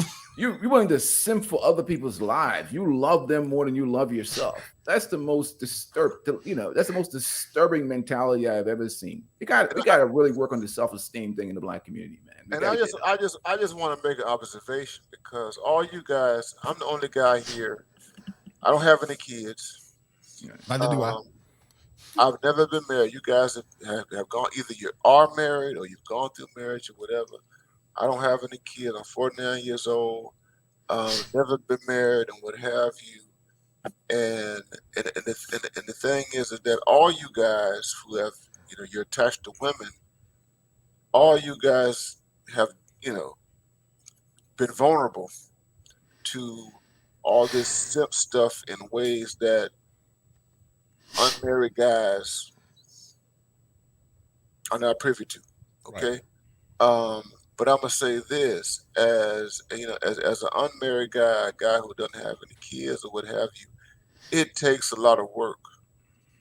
It takes a lot of work to attain the I part right here of independence. You know what I'm saying? And to live a long time and to maintain that independence in the face of the gynocracy. And you're absolutely right, Ingram. It's self-hatred. It is self-hatred. We gotta get it up. They've been programmed that way, man. It's the program of self-hatred. Right. I saw that. I did a video some time ago when there was all this backlash against passport brothers several months ago, and even now there was a whole bunch of backlash against coming from men. There was a whole bunch of men just hating on passport brothers. Right. And when I saw all that hate that was coming against the backpack, that really exposed what Ingram said to self-hatred. Okay? When you have men who are here in America saying all these negative things about men who travel and all this kind of stuff, and stigmatizing and defaming them and all this, and depolicing them, using gynocentric talking points, saying stuff that women say. Yep. About passport bros. That signaled to me that we have some deep problems. Coach, you're a clinician, with self-concept, self-ideation, self-esteem, how we see ourselves in the world. And Ingram is right. This altruism. Black men have a hard time being utterly egoistic. Black men have a hard time being self-interested. Boy, the conditioning is almost done, and that's what I'm looking at. And I'm going to be even more graphic. Black men have a hard time being assholes. Okay, and that is not to each other, not to each other, but to everybody else. You see what I'm saying? Because everybody has been programmed, not just black women, but the entire society, in many ways, has been programmed to see us as mules. Mules, right? Mules. See us as mules and tools for the interests of others. That's why I say get away from the Democratic Party, right? Right. Because the Democratic Party sees the black man as a freaking mule, as a tool that you got to sacrifice. And that goes back to Tiffany Cross. That's why you think she was so ballistic. Why she was so mad? Talking about some get in line with black women and stuff like that, because she wants to ride on the back of a black male to a victory that doesn't benefit him. You understand? Right. And that's what I always said, Doc, in the past. When it comes down to servitude, then it's about them. When it comes down to power, it's about them. Black men are only relevant when they come down to servitude and coming back to a situation where they have not been fully benefited. And I think sometimes these immigrants, the non-ADOs to come over, they compare and contrast their cultural milieu and try to more or less insert it into the ideology of a gynocracy. However, they come from many times kosher patriarchies where the men lead. But they try to infuse that ideology into our milieu and assume that there's a deficit with us many times. But like I said, I talked about a concept called over-identification, many black boys or black men that are raised in single, they over-identify with their moms. I see it all the time, man. Of course. They have not learned how to think based on power and demanding power, but they learn how to think based on what mama would say. That's why, I've seen some of them get mad at me, and when they get upset, they do what Raekwon and Day say, and Doc, you from Doc, you from Florida. You from Florida, Doc. When they get mad at you, man, they want to get that heat on you. And when you say, look, you're going the wrong direction, this is what they'll say. Oh, yeah, put chain on the balls on my mom. That be mom. Kill some of my mom. Bro, they back me look like that's on my monkey. That's on my monkey. That's on my monkey. And that's what they'll say, Doc. That's just failure everywhere. It's on their mama. Let me read you this super chat, guys. We're going to take it home in a minute. My man Top Gun said, at King Line and Divine... you crazy. And then also shout out to my man, who said that to Mr. Lawrence. Mr. Lawrence for the 10 said that there's nothing wrong with being pro-black. He said, be one, just move with common sense. I would be damned if I raise another man's seed. They better search for the real dad. You damn right. That's a deal, right? That's a deal, right? Hey, brother. Brother. That's a bet, right? That's a deal, right? That's a deal, right? You know what's so crazy about some of these brothers too, man? Like back in the 90s, I'm gonna go back to the 90s. I don't want to go too far back to the 80s, okay? I'm 48 now, so both of my kids are grown, so I'm enjoying the retired life with grown-ass kids. But back in the 90s, there was a clear distinction. We didn't have all this technology going on, right? Late 80s, early 90s, where there was a clear distinction between good, honorable sisters and chicken heads, right? Women we call chicken head, birds. What I see with some of these dudes on the internet is they be talking to chicken heads like they're talking to good, honorable, traditional women and uplifting them, caping for them. I was like, do you realize that you're caping for a chicken head? And I'd be looking at them, and this is how low self-esteem has gone. Even in the pro-black community, they be talking about my goddess, my queen, whatever. That's a chicken head. Right. And I'm like dumbfounded just looking at the dudes. That's how much this absence of masculinity, absence of male leadership, absence of patriarchy in the black community has sunk our culture so low that these dudes would uplift anything. A bird pecker with a good body, they will still put on a higher level. It's just ridiculous. Hey, back in our day, we used to call them foot draggers and dirty foots. Right. They're queens nowadays. They're queens. But y'all been talking about the Democrat Party, but I didn't have anybody mention the church because I wanted to bring up the church because one thing that really hit me, I was red pilled at a young age, and I keep talking about it on our channel and everywhere else. Yeah. I grew up on Poison Clan and JT Money, so I was red pilled at a very young age, about 16, Let it 17. go. Let it go. You know what I'm talking about. Let it go. Yeah, but if you go back to the Poison Clan, when it was like when they were doing stuff like put blank pass, no hole, and all that type of stuff, so it gave me an idea of how to move. But I was red pilled at a young age, got saved, started becoming a deacon, almost became a minister, and I immediately went back in the blue pill. Because the church pushes you there to actually cater to all the single mothers, trying to take care of and feed them. We was taking them around, taking them grocery shopping. Everything was about catering to these women that made very bad mistakes, and now they wanted that male attention. And it put me in a place where I didn't feel comfortable because I wasn't used to doing all these things for a woman that was that I couldn't have sex with. I barely did do it for the ones that I did have sex with. Now I can't have sex with you, and I got to take you.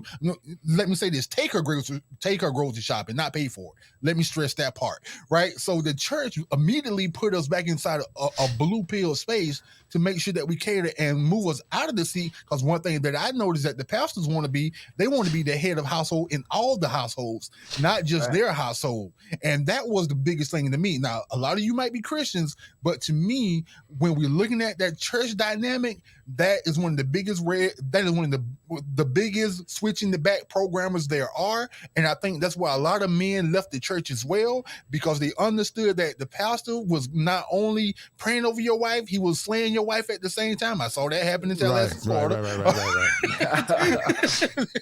Right. You all remember the story about the pastor jumped out the window butt naked when the dude came home. But yeah, I went to that church once or twice, but the pastor did that. So the thing is, we see this happen all the time, especially when it comes to the church. Yeah, my gang, wow, JT Money Poison Clan, that's what I came up on. So it stuck with me.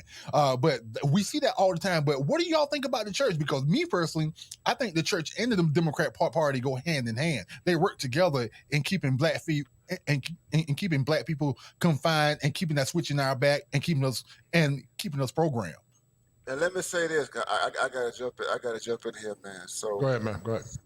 You know, I'm from Miami. Shout out to my Florida man right here, man. I appreciate you, brother. You know what I'm saying? And so I know about Poison Clan and everything like that. You know what I'm saying? And you know, Jam Pony DJs and all that kind of stuff. You know, the 69 Boys and all that. You know, but anyway, I had to make a choice. I'm an ordained minister. I was licensed Missionary Baptist Church 1992, New Shiloh Missionary Baptist Church. I was ordained in 1998, New Shiloh Missionary Baptist Church, Miami, Florida, Reverend Arthur Jackson Jr. May he rest in peace. Okay, so I came through that National Baptist Convention. Okay. So I knew that I had to make a choice between blue pill and red pill. You know what I'm saying? And when you're dealing with the church and what have you, you know what I'm saying, you have to cater. So it's like, it's hard to stand in the middle, right? And I grew up in Miami. So the thing about Miami is that because I came up in the crack era, cocaine cowboys and all that kind of stuff. So even before I got deep into the church, I was already kind of like red pill, you know what I'm saying? Because I had to deal with dope girls growing up. And when you deal with dope girls messing with dope boys and stuff like that, from high school to college and all that kind of stuff, that opens your eyes up to a lot of things, you know what I'm saying?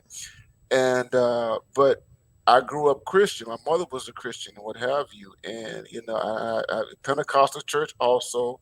Right. I was evangelical. My mother, she was a part of the Assemblies of God and all of that. Went to, charismatic religion and everything. So I have all that stuff in my background. You understand what I'm saying? But I think, Man Cave here is right. You know what I'm saying? You have to make a choice because the pastor thing means that you have to become a pimp of sorts. You know, there is a relationship between pastoring and pimping. You know what I'm saying? Right. And pastors and politicians. It's a thing. And the pimp is purple pill. The pimp is purple pill. And you know, you have to make a decision how you want to move. What is your nature? What is your orientation? And I had to come to a point, and I even pastored. I pastored for a short period of time, and I walked away from it. Because I was committed to a certain, idea of what truth is, and I couldn't be a purple pill pimp pastor simp. You see what I'm saying? And so I walked away from all of that, and I maintained. I was in academia and got my PhD and all that kind of stuff. But the church is a subsidiary of gynocentrism of the Democratic Party. The church is an enabler of all of this stuff. I have been in and out of the church. You know, I haven't preached in the church since before the pandemic and what have you. You know what I'm saying? And the people know my perspective and the places where I've gone and what have you. But the bottom line is that you have to make a decision on how you want to move and what kind of integrity that you want to have as a black man. You can't speak the truth. We can't talk this way, the way we're talking to in the church. You can't do it in a Sunday school. You can't do it in a Bible study. You can't do it from the pulpit at any level, because the church is oriented to maintain, to enable gynocentrism. That's just the way it is. You see what I'm saying? And what we have now is that a lot of black men have walked away from the church because gynocentrism means misandry. Gynocentrism means that you got to stand up in that pulpit, you got to hate on black men. Gynocentrism means that you got to tell black men this all your fault. Gynocentrism means that you have to say that deadbeat dads exist. Gynocentrism has to say that every black man is Ike Turner, every black man is R. Kelly, and all that kind of stuff like that. And gynocentrism says that you can never, ever, ever, ever, ever, ever, ever expose the dirty laundry of these black females. Never. You can't talk about the nefarious ways in which they have lied about who the daddies are, the children and stuff like that. You can never talk about the underside of female behavior inside of a church. And black men, from the laity to the pew to the pulpit, have to decide whether they're going to deal with their institution. Fortunately, the church no longer has the type of currency and capital that it once had in Black American society. I'm finishing the book right now, and I have a chapter in this book where I deal with a black church scholar who talks about it's called "The Ground Has Shifted," the way in which the black church is damn near irrelevant to black people in general. Okay, the black church has basically no relevance. Black people are caught up in social media. Black people are caught up in globalization, including black women. We are caught up in the whole different world right now that is outside of the church. And a part of that cultural world has infected the church. So what that means is that you got preachers, female preachers in the pulpit, preaching Cardi B. You got female preachers, pastors in the pulpit, preaching Nicki Minaj. You got female preachers in the pulpit, they preaching Meg Thee Stallion. And who they talking to? They talking to women, mainly women. And guess what? Ain't no real men there, because the men have left the church completely. But it won't. That's what the prosperity gospel did. If they don't say what the women want to hear, they won't pay. And that's what we did to our. I salute you, doctor, for breaking that down, because that's what has happened. It's all financial and money. Right. Doc, I did a show, man. Make sure y'all check it out, called The Snake Whisperer. And it talks about all of that. It was talking about how there's a correlation between modern preachers, Max, and the disorder called Machiavellianism. They all parallel correlates with one another. So go check that show out. It was talking about how the serpent actually deceived the woman. Actually, this is one of the clips, guys, to what you guys are talking about, because you're right. That's why guys don't want to go to church. I grew up in it too. But the snake whisperer, hold tight. Follow me, baby. The elders are old and out of touch. I have the power to help you become the better version of yourself. Listen to me. I know what's best for you. I am the Snake Whisperer. Whisperer, man. I got the Hollywood voice, man. The Snake Whisperer. They've deceived a lot of women, man. And see, people always talk about, he just talk about, no, but I talk about men as well. I talk about those same men as well that's causing chaos. It's a percentage of men that's causing chaos in the community, deceiving women, lying to women, and causing the chaos. And that show called The Snake Whisperer, it actually talks about that. But guys, we're going to sign off real quick. Guys, it was a pleasure to have you guys on the show. Guys, don't get stabbed by liberal policies. Don't get stabbed by no voting, no fucking. Don't get stabbed by women that are more or less trying to permeate your psychology and make you take a bad deal in a culture where masculinity is not only exonerated, but also valued. Mr. Life Worth Living has been a pleasurable show. Peaceful life. Thank you, brother. Dr. Neil, closing words in less than 2 minutes, brother. Take us home. Let you give us the benediction. You there, Doc? You there, Doc? It's getting late. Anyway, but guys, we're gonna sign off, man. Been a great show. Yeah, yo, give us the benediction. Another 2 minutes, Doc. Go ahead. Benediction. I'm gonna play the Hamlet. Unmute yourself.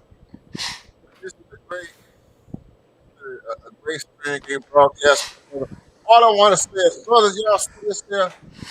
As black men independent. This is for all black men. I created this acronym right here, all black men independent.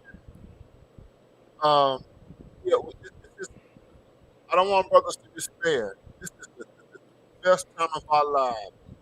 Politically, socially, economically. Tide has turned. What we're doing right now is unprecedented in the history of this country, that is the United States. It is unprecedented in the cultural history of Black Americans, what have you.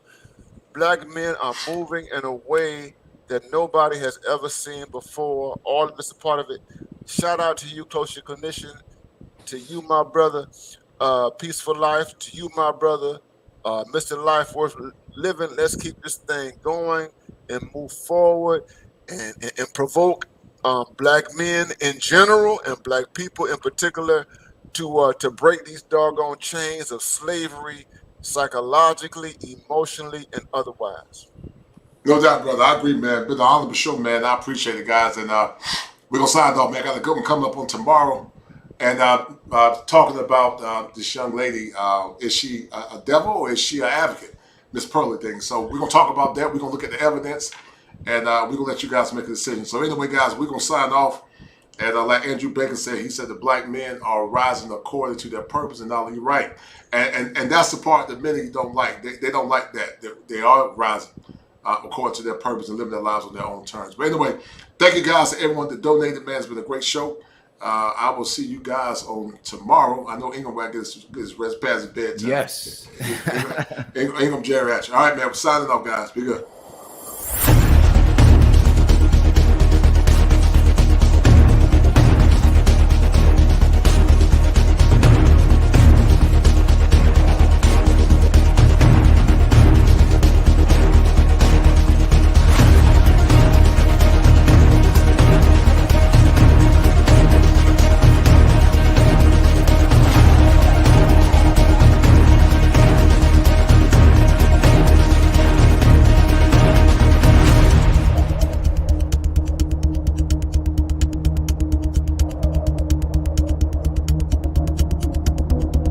Pain.